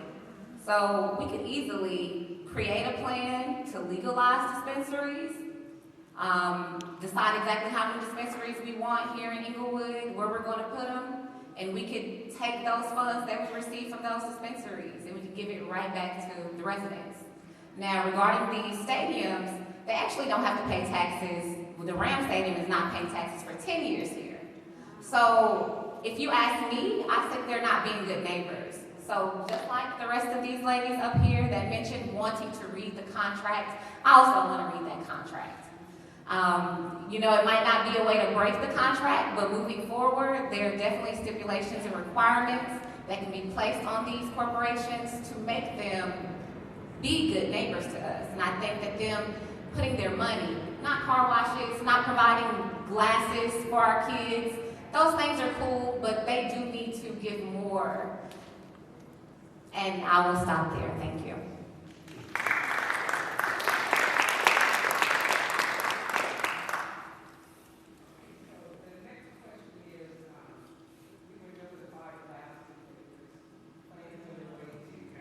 There's plans underway to build a 440-unit apartment building on 112th and Prairie.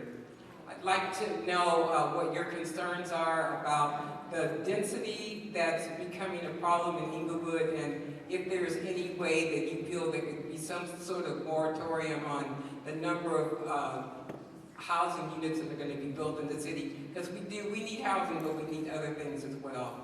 And I'd like to start with Maya. Or we can start with, let's start with him. Start with Chica. Well, that's a good question. I don't see a problem with more Inglewood residents. Before the stadiums, you know, Inglewood was pretty much, dead. There's really nothing going on in Inglewood, so I think it's a good thing more units are being built in Inglewood, because that's going to generate more revenue for the businesses that are in Inglewood. There's going to be more customers and things. I think growth is good. I don't think we should do anything to stunt growth. Okay. Let's just go back this way, Maya. I think housing, so we've gotten into the business of mega development, and everything is like mega. So I think, like I said before, I don't have a problem with growing in the city. It's the rapid pace at which we're growing, and can we sustain it? We already got issues with busting at the seams. We got problems with traffic. We got problems with parking. How are we going to sustain all of this rapid growth in our city? We know that the reports are always saying that by the time we get to 2045, we're going to have thousands of extra people in this city. How do we maintain them? So when it comes to this development, if we are talking about adding as a requirement low-income, affordable housing units in these properties, I'm for that. We already have an issue with inventory for affordable housing. Now, I know the city has some affordable housing units coming online, but it should be, to me, a requirement. There should be some level of percentage that our city is requiring developers to have in order to offer our extremely low income, and moderate income residents a place to stay, so that way we stabilize our residents, and so that they're not having to move out of the city. One of the things that we've seen is this displacement. We have people who are leaving our city, going to places like the Inland Empire, Riverside, because it's more affordable.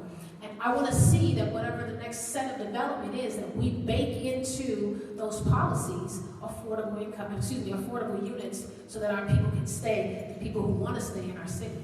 So I think growth and development is fine, as long as it, again, is not a detriment to our city and not a detriment to our residents. So that's what I'm in favor of.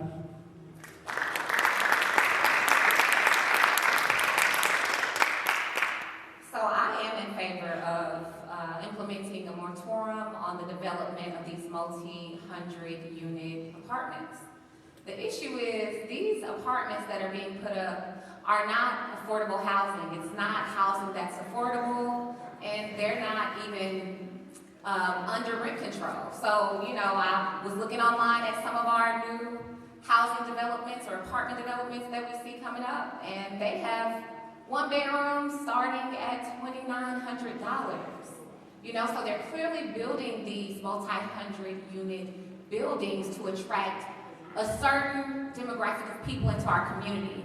It would be different if they were building these for us, but they're not. They're building it so that other people can come in and live. And in fact, the city has a plan to take people's small businesses and houses via eminent domain to build more.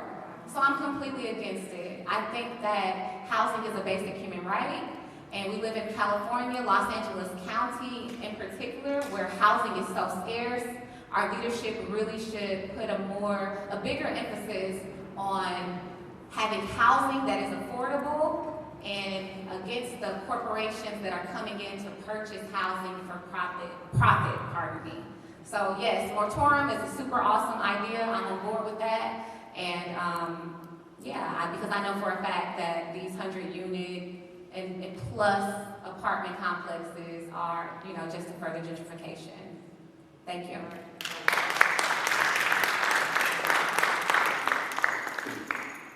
Yes, I believe on a moratorium as well. I think what has to happen is there are really two. I think it's KB is the developer of this over here on Prairie, and Mr. Thomas Chiffon has most of the other 8 other buildings here. Look, we all need a place to stay. We need to be able to afford where we're going to live. And we are being priced out. And because we're being priced out, look, let me just say this, economically, let's look at America in general. People are making less money, and properties and everything are going up. We don't even know if these buildings will be able to be filled. Just in looking at our economy right now. You know, groceries cost more. So you got a $2,900 apartment building. That's just, look, to be honest, it needs to be looked at. We need much more affordable housing with responsible tenants who are going to live in the affordable housing. And it needs to be looked into, and we just don't build and we don't stop building. But we need to make sure that it makes sense for us as citizens. And like I said, we need to attend those meetings so we know what's going up and who's going to be there.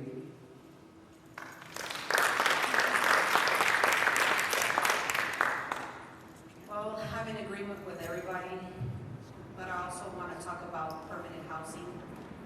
Because when people, I feel like they abuse low income. Because low income housing is really not low income. You get a 3-bedroom for $3,500 with no backyard. That's like paying a mortgage. So when I think about Section 8 being open, when I think about Section 8 being reopened and permanent housing, that's where my focus is going to be. Because the displacement in my community in Lock Haven, you know, Prairie from Century to Imperial, a lot of Black and brown people were pushed out and moved. And now they're in like South LA, Hawthorne, Los Angeles, more than anything. And it's sad for me to see my community pushed out, and there's no resources for them to stay in these so-called affordable housing apartments. So that's just my personal opinion. Thank you. Okay, so unfortunately, we had so many questions that I have a few that are left that I'm not going to ask because we want to give time to our District 1 candidates that are patiently waiting. So I'd like you to please wait 1 minute for your closing remarks, and then we're going to switch over to our D1 candidates. We'll start with Raina. I have a passion for my community. When I say I am Inglewood, I'm saying it humbly with saying that just being the dream of mine at the age of 15 at Morningside, want to run for mayor of Inglewood has always been a dream. My My passion to work in the community, as I'm still doing, is my purpose and my passion. And I just feel that in my heart, I hope that I can win your votes. Thank you. Well, just like Ms. Reyna, I am passionate about the city of Inglewood. And I just want to see us more committed in our community. That's really what I want. And I think the commitment starts from the top. And that commitment will start with me. I want to walk these streets with you. I've been walking these streets. And I want to continue to walk these streets. I want to continue to listen to your voice so we can decide how we want our community to be. So in my literature, that's why it says reclaiming our city. It is time for each person here to take their individual responsibility for your city. No mayor can do that for you. You have to do that for yourself. But it will start with me because like I said, I have a passion for this city. I grew up in the parks of this city, Rogers Park, Darby Park, St. Mary's, Morningside, ran track. Oh, just like I said, on my literature, Angelique is Inglewood. I ask you for your vote, and I thank you for your vote. But most of all, I thank you for your time today. This is Angelique Johnson, your future mayor of Inglewood. Thank you.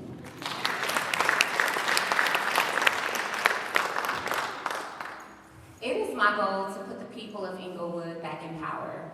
A lot of people who run for office feel like they have to wait until they are an elected official to do the work that's necessary in their community.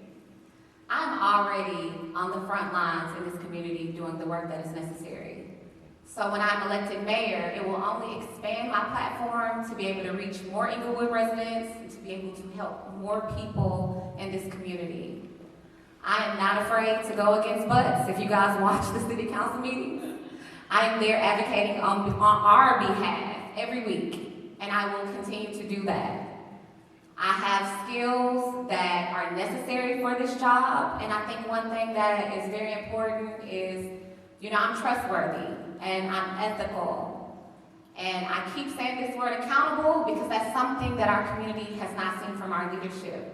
I will remain accountable to you all, and I expect for you to keep me accountable to you. So once again, please remember the name, Fredericia Dixon. I'm number 1 on the ballot. Thank you very much for being here today. Thank you for hearing us all out. And I look forward to being the first woman mayor of Inglewood, California. Thank you.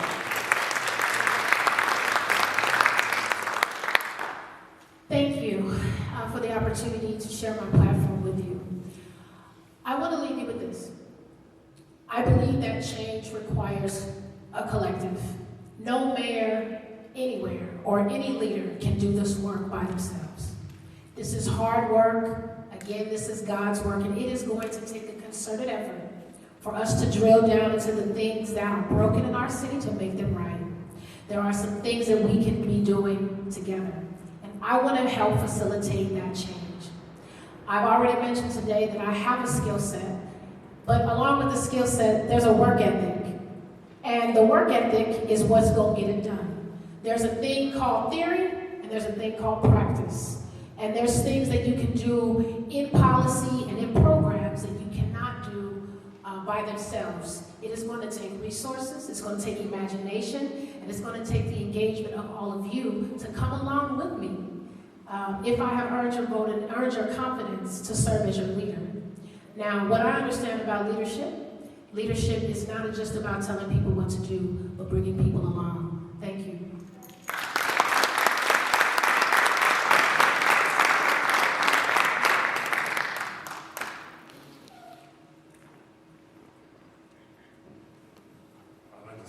Thank you all once again for affording me the opportunity to be here. It's an honor. I really appreciate it. And, I feel, I should be mayor because, again, I'm angry, and I'm angry for the people, and I want to be a vessel for you all. And I don't, if I'm coming to that position, I wouldn't even consider myself a mayor. I consider myself a servant to you all. Because, they say that the greatest among them is a servant to all. And as a mayor, that's a great position. But as I wouldn't even call myself a mayor, myself your servants, and I want to make myself available to the people as an open vessel to hear all of your thoughts and concerns and to exert your desires for the city of Inglewood. That's my goal.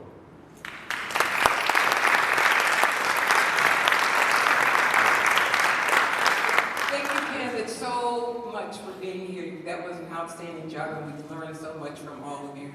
So when you come down,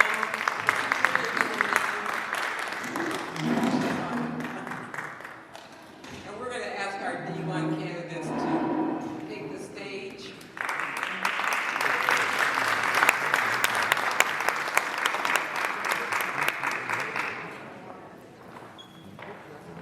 So I did want to mention that the two incumbents were invited to attend this meeting tonight. I didn't get any response from any of them. One of our candidates, unfortunately, thinks that she's contracted COVID, and Gloria Gray was unfortunately called out of town. So we have our two wonderful candidates here. Have you all seen Robert driving around in his van? It's like, one time you were driving down my street and I tried to run outside to catch you, but I couldn't. I went to talk to you. Thought you were gonna get some ice cream. Yeah. So funny. Okay, so we're going to start with Robert. Robert, would you tell us how long you've been in Inglewood, what your relationship is with Inglewood? I'm sorry. I knew you were. All right. Mr. Redway. 3 minutes. Thanks. I'm Leonard Redway, and first of all, thank you all for being here and staying. It's been a long time. I am an 18-year resident here in the city. I'm a homeowner. I am a 25-year business owner, and I'm a community servant. I'm also a father of a 12-year-old. Over the years, when I moved to Inglewood 18 and a half years ago, I didn't think this would be my forever home. I actually bought it as an investment and thought I would be here for just a little while and move on to the next opportunity. But a few things happened the first few weeks of my residency there in Inglewood, right in District 1. I got cussed out by my neighbor the first day. And then next few weeks, I had another resident down the street, a senior citizen, who came down and told me she was the block club president, and that I needed to make sure to put my trash cans away in election day. And so I started off, it was kind of rocky, starting off here, and I was like, oh, really, you got to go. Pull the mic up. Mike, I'm sorry. So, what ended up happening is I learned something. I learned that they were acclimating me to their community and how they lived. And so, to be a part of a community that has standards, a standard of living and a way of life, was something that I really wanted to be a part of. Something that I wanted my daughter to be a part of. And so, after a few weeks of her telling me over and over to keep putting my trash cans away, she told me, well, I see you go to work early and you come home late, so you need to go down the street and talk to the neighbor down there. He can put your trash cans away for you, because we don't do that over here. And that's what happened. I've been in compliance ever since. And then the lady who cussed me out for rolling over her grass, my next door neighbor, she became my very, very good friend, closest person to me until her passing a few months ago. She was Lieutenant Meters. She was a police officer. She was a mentor. She was a friend. She was actually the very first person to sign my petition to be city council, on city council. So I have built a relationship with the community here, and that's why I want to ensure that it remains that way. Bring back things like block clubs, because they taught me, and I think they can teach others how that we should live in our neighborhood. Thank you. Good evening, neighbors, family, and friends. My name is Yolanda Davidson, and I'm a 50-year resident of Inglewood, California. born in Centinela Hospital. I've climbed most trees on 78th Street. I have rode my bike from 78th all the way to the 110 freeway. I have enjoyed the ups and downs and now the resurrection of Inglewood, California. Throughout my time living here, I've been through a lot of things. As Rainey talked about, the gangs, the drugs. We had a lot of things growing up here, but what we always had was a good, strong community and family. Inglewood is a family. See, some people, they live in Inglewood, but they're not from Inglewood. I'm from Inglewood. And I love this city, and I love the people here. We have people who say that Inglewood's on the rise. Inglewood's always been a great place to live. It's always been 76 degrees. It's always been 20 minutes from wherever you want to go. And it's always been my home. I went to Morningside. I went to Parent. Parent Elementary School was like the in place to go. I started off in private school because a lot of kids in elementary went to private school in our area. I grew up with 8 people, and our parents didn't let us go to school together. One of them is sitting right here. She's been my friend for 48 years. I love the support I get from them. My mother was the first people to move into Osage Senior Villas. I'm still friends with people that live there. I still take them to go on errands. I'm connected to this community in a different way than some other people that are running from this job. I'm not running for election for my face to be somewhere to cut ribbons. I'm running to fight for the soul of Inglewood. Our city's under siege. We're trying to take our city. People are here to make money. We have people who are buying homes as investors. They don't want to live here in Inglewood. If they did, they would come to the city council meetings. They would come to the school board meetings. They wouldn't buy a home for $1 million where their children can't go to school. We have to take this seriously, and I'm so happy to see all the people here because, like Raina said, like Angelique said, there's only a few of us that really stand up and speak out about what's going on in our community, but there's only one person in this race that's going to stand up and fight for it, and that's me. Thank you.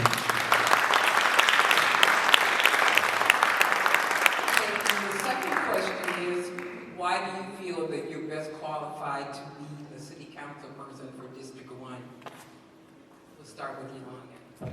I feel like I'm most qualified to be the city council for District 1, number one, because I'm truly an independent voice. I'm not beholden to anyone. No one's giving me any money. I'm not a person who is easily distrayed or distracted. I'm not afraid of a bully. I can stand up for myself and for my residents. My mother was one of the first people to integrate this city. We were the first Black family to live at 2523 West 78th Street, and I want to fight for the residents of this community.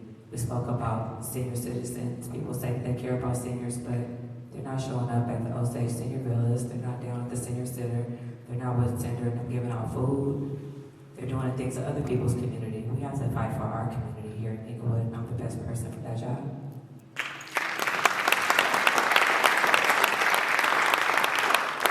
And the third and final question is, what do you think are... You didn't let Leonard answer why he thinks he's qualified. I'm really tired now. Leonard, I'm going to have to make this up to you. I've read over you twice now, so... It is quite all right. I know it's been a long evening so far. But I'm best qualified to represent District 1 for one reason, because I always have prioritized the needs of the many versus the needs of the few. And I think in the city so far, what we've seen with all this development, which is great, but with change comes challenges, and we need someone at the helm to represent this district who's going to look for the needs of the residents first and foremost. I think we heard that from some of the mayoral candidates, and that's going to be very, very important. I also have a selfish reason, because I'm a father. I have a 12-year-old daughter, and she has to live here. And I want to make sure that she lives here in the best way that she can. My temperament, my past work for the community, I didn't just start my foundation. I started in 2017. We have been doing the work in and out of the city of Inglewood to prioritize individuals, to prioritize people. We work with the city of Inglewood. We fed the first responders during the pandemic, police, the firefighters, dispatchers. We have a program, I think one of the mayoral candidates mentioned my program, the Season of Giving, that we go around and we make sure that our seniors' homes are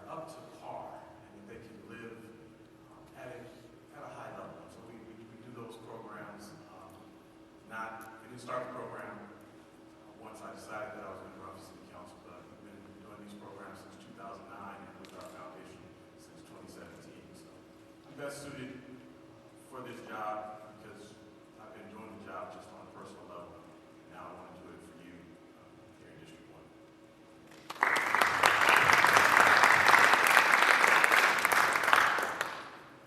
So did anyone in the audience want to submit any questions? Because the issues that are facing District 1 are somewhat different than the issues that are facing the city overall. Or are there any questions that you submitted to me that you'd like for me to ask these candidates as well?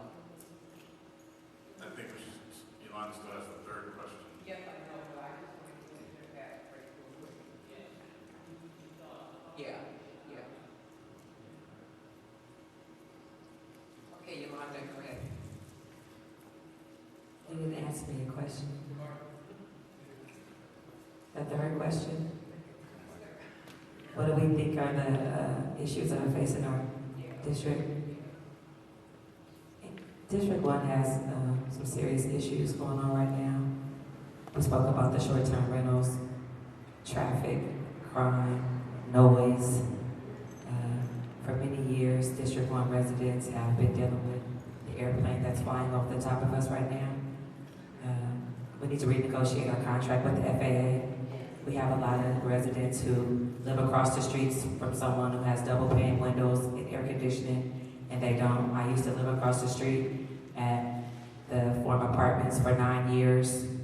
9 years. 9 years. They've been saying we're approved to get windows and air conditioners, and they're still not put in. However, they have built 32 new units that are renting for upwards of $2,900. We need projections for our renters and our seniors. We have a lot of seniors that are being displaced.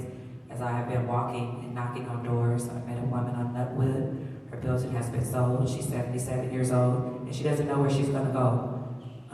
District 1 should have protections for our residents. We don't have enough renter protections. Over half of the people who live in Inglewood is a renter, whether they live in a home or an apartment. So we should definitely be working on that.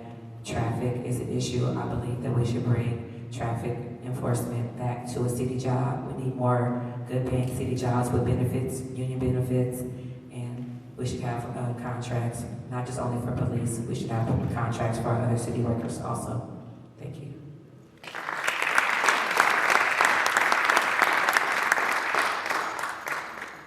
So I think Yolanda touched on many of the issues that we do have.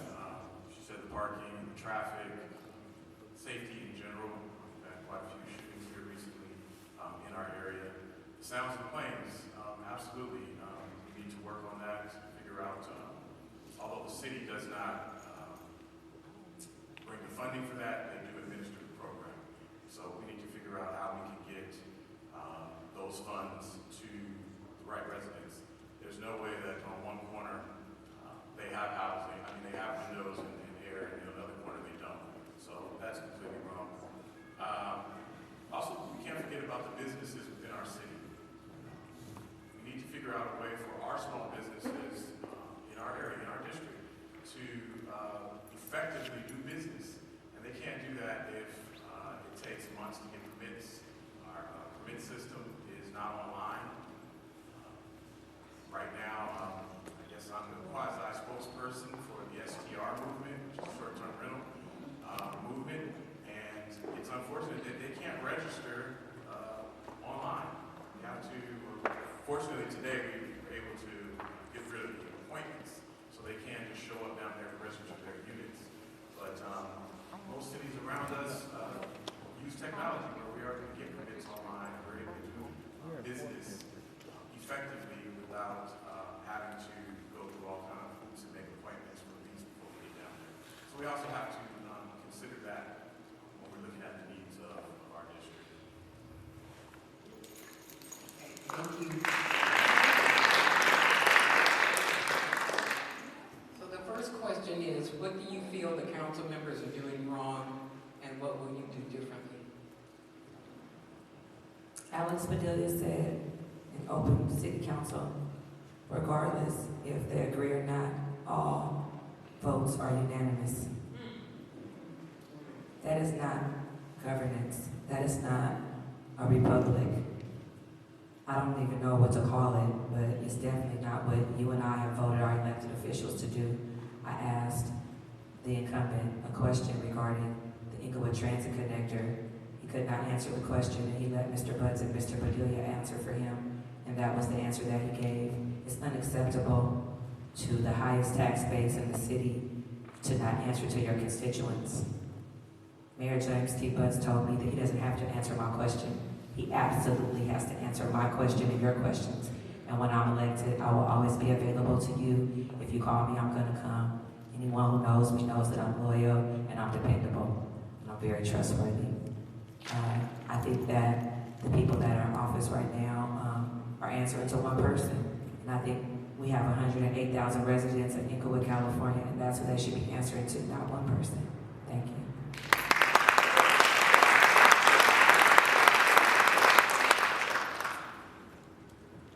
Yolanda's absolutely right.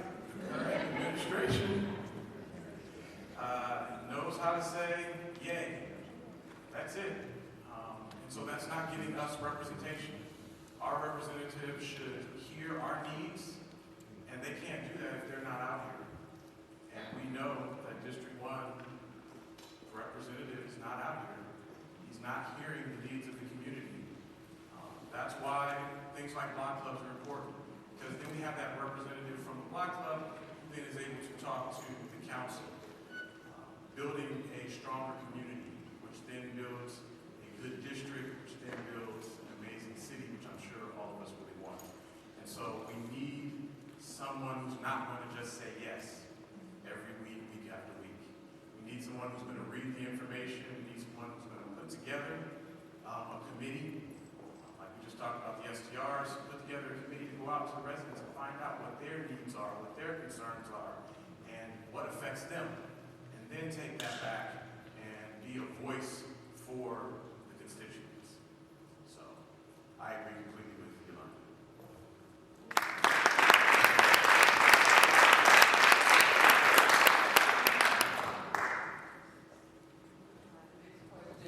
What are your thoughts regarding Warren Lane Elementary?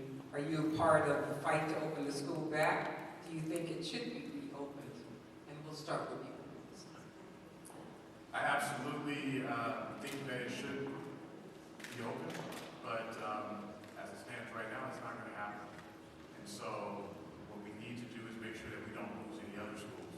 We can't afford to lose any other schools. The projected project, which is affordable housing, which sits blocks away from my house, we cannot allow that to happen. We need to figure a way to bring back an educational component. We have 8 years left of major construction here in the city, and we need to be pushing to make sure that our residents, our children who are coming out of our school districts know about what all their opportunities are that lead them to career success. There's so many of them. The elevator mechanics union, which is right here in our area, those guys are making upwards of $150,000, $180,000 after 5 years of school. So if we can't get the school back, we need to bring some kind of component to that land to make sure that we educate our kids in different ways as to what's available for them out here so that they can afford to live in this city that is continuing to grow. Thank you.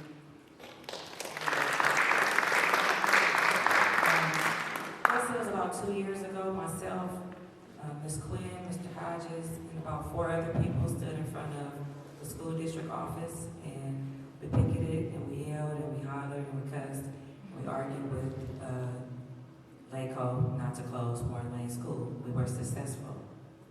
The second time, they were not successful. I wasn't there for the second run. We cannot stop the closures of the 5 schools that they're talking about closing in Inglewood if we cannot bring children back to Inglewood schools. I will do anything to get children to come back to Inglewood schools, but what I will not do is ask people to bring their schools to schools that are 3, that are low performing. So until City Hall gets in lockstep with Inglewood Unified School District, and just like someone mentioned earlier, goes to Sacramento and lobbies to Gavin Newsom to release us out of this receivership, it's unfair for Black and brown children to have to go to substandard schools. It's not going to change. LACO and FMAC, they keep kicking the can down the road, and I'm the only person in this race that was standing down here begging them to open up. I'm the only person in this race that was standing down at the town hall meeting at Morningside High School. So people show up for things that they really care about. So if you hear people telling you that they care about stuff and they're not showing up to the meetings and they're not there, they don't really care about it. It's just talking point. Thank you.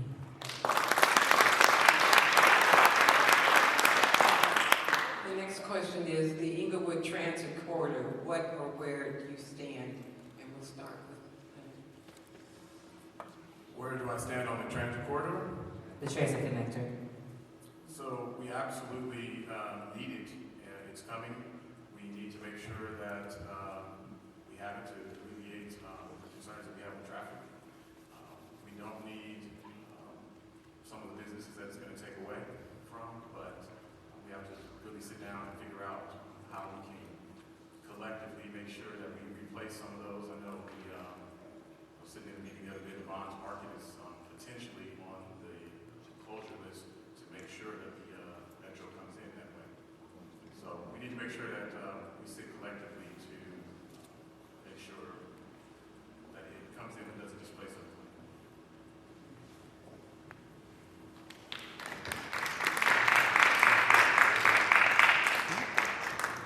I oppose the Inglewood Transit Connector because they don't have a magic wand that's going to make the train go down the street. They're going to relocate the grocery store. The grocery store will be sharing a parking lot with a maintenance yard. I've never been to a grocery store with a maintenance yard, and I don't want to go to a grocery store with a maintenance yard. They're saying that maybe 11,000 people a week would take the train. Those people will not be Inglewood residents.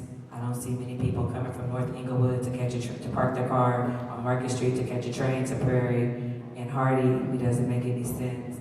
If it was going to take you down to the South Bay, if it was going to take you to the airport, if it was going to take you somewhere that really mattered, I could see that, but I don't see it as a good idea for Inglewood businesses or for our residents.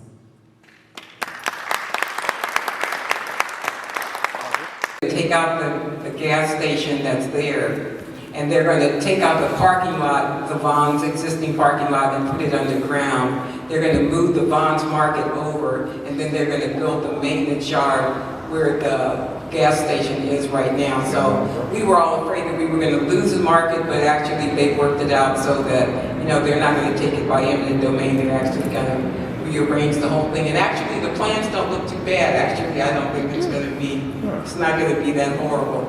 So we are going to be keeping our Vaughn's Market.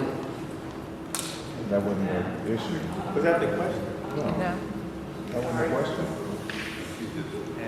Yeah, she's adding on. That's not her role. I was just trying to clarify what he had said. I didn't want to give you any information that wasn't correct. Well, as a moderator, that's not your responsibility. Okay, sorry. Thank you very much.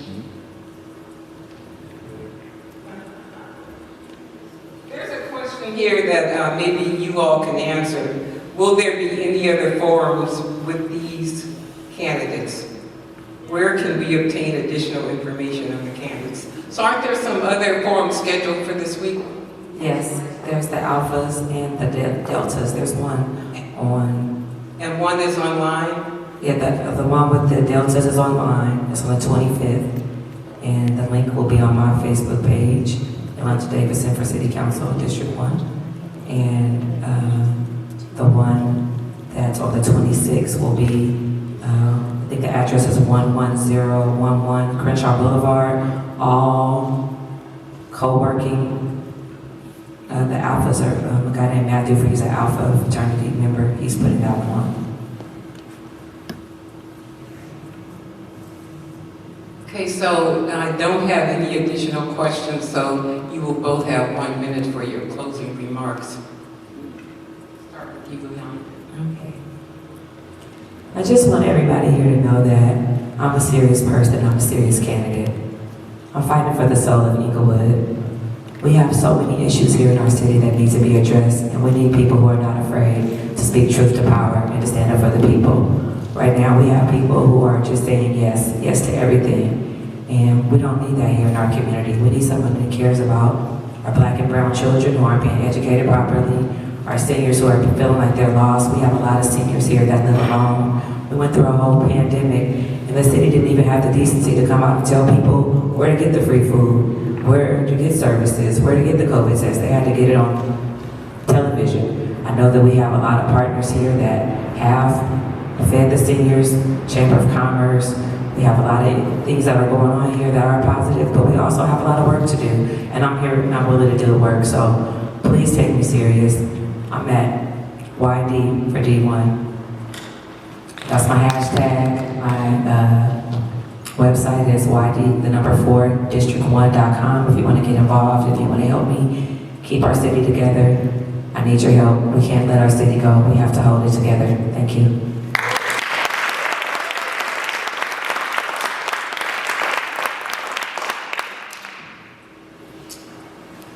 If you're looking for a representative who has done the work, who will continue to do the work, and that means win or lose. I've been in this community doing the work, and I'll continue to do the work.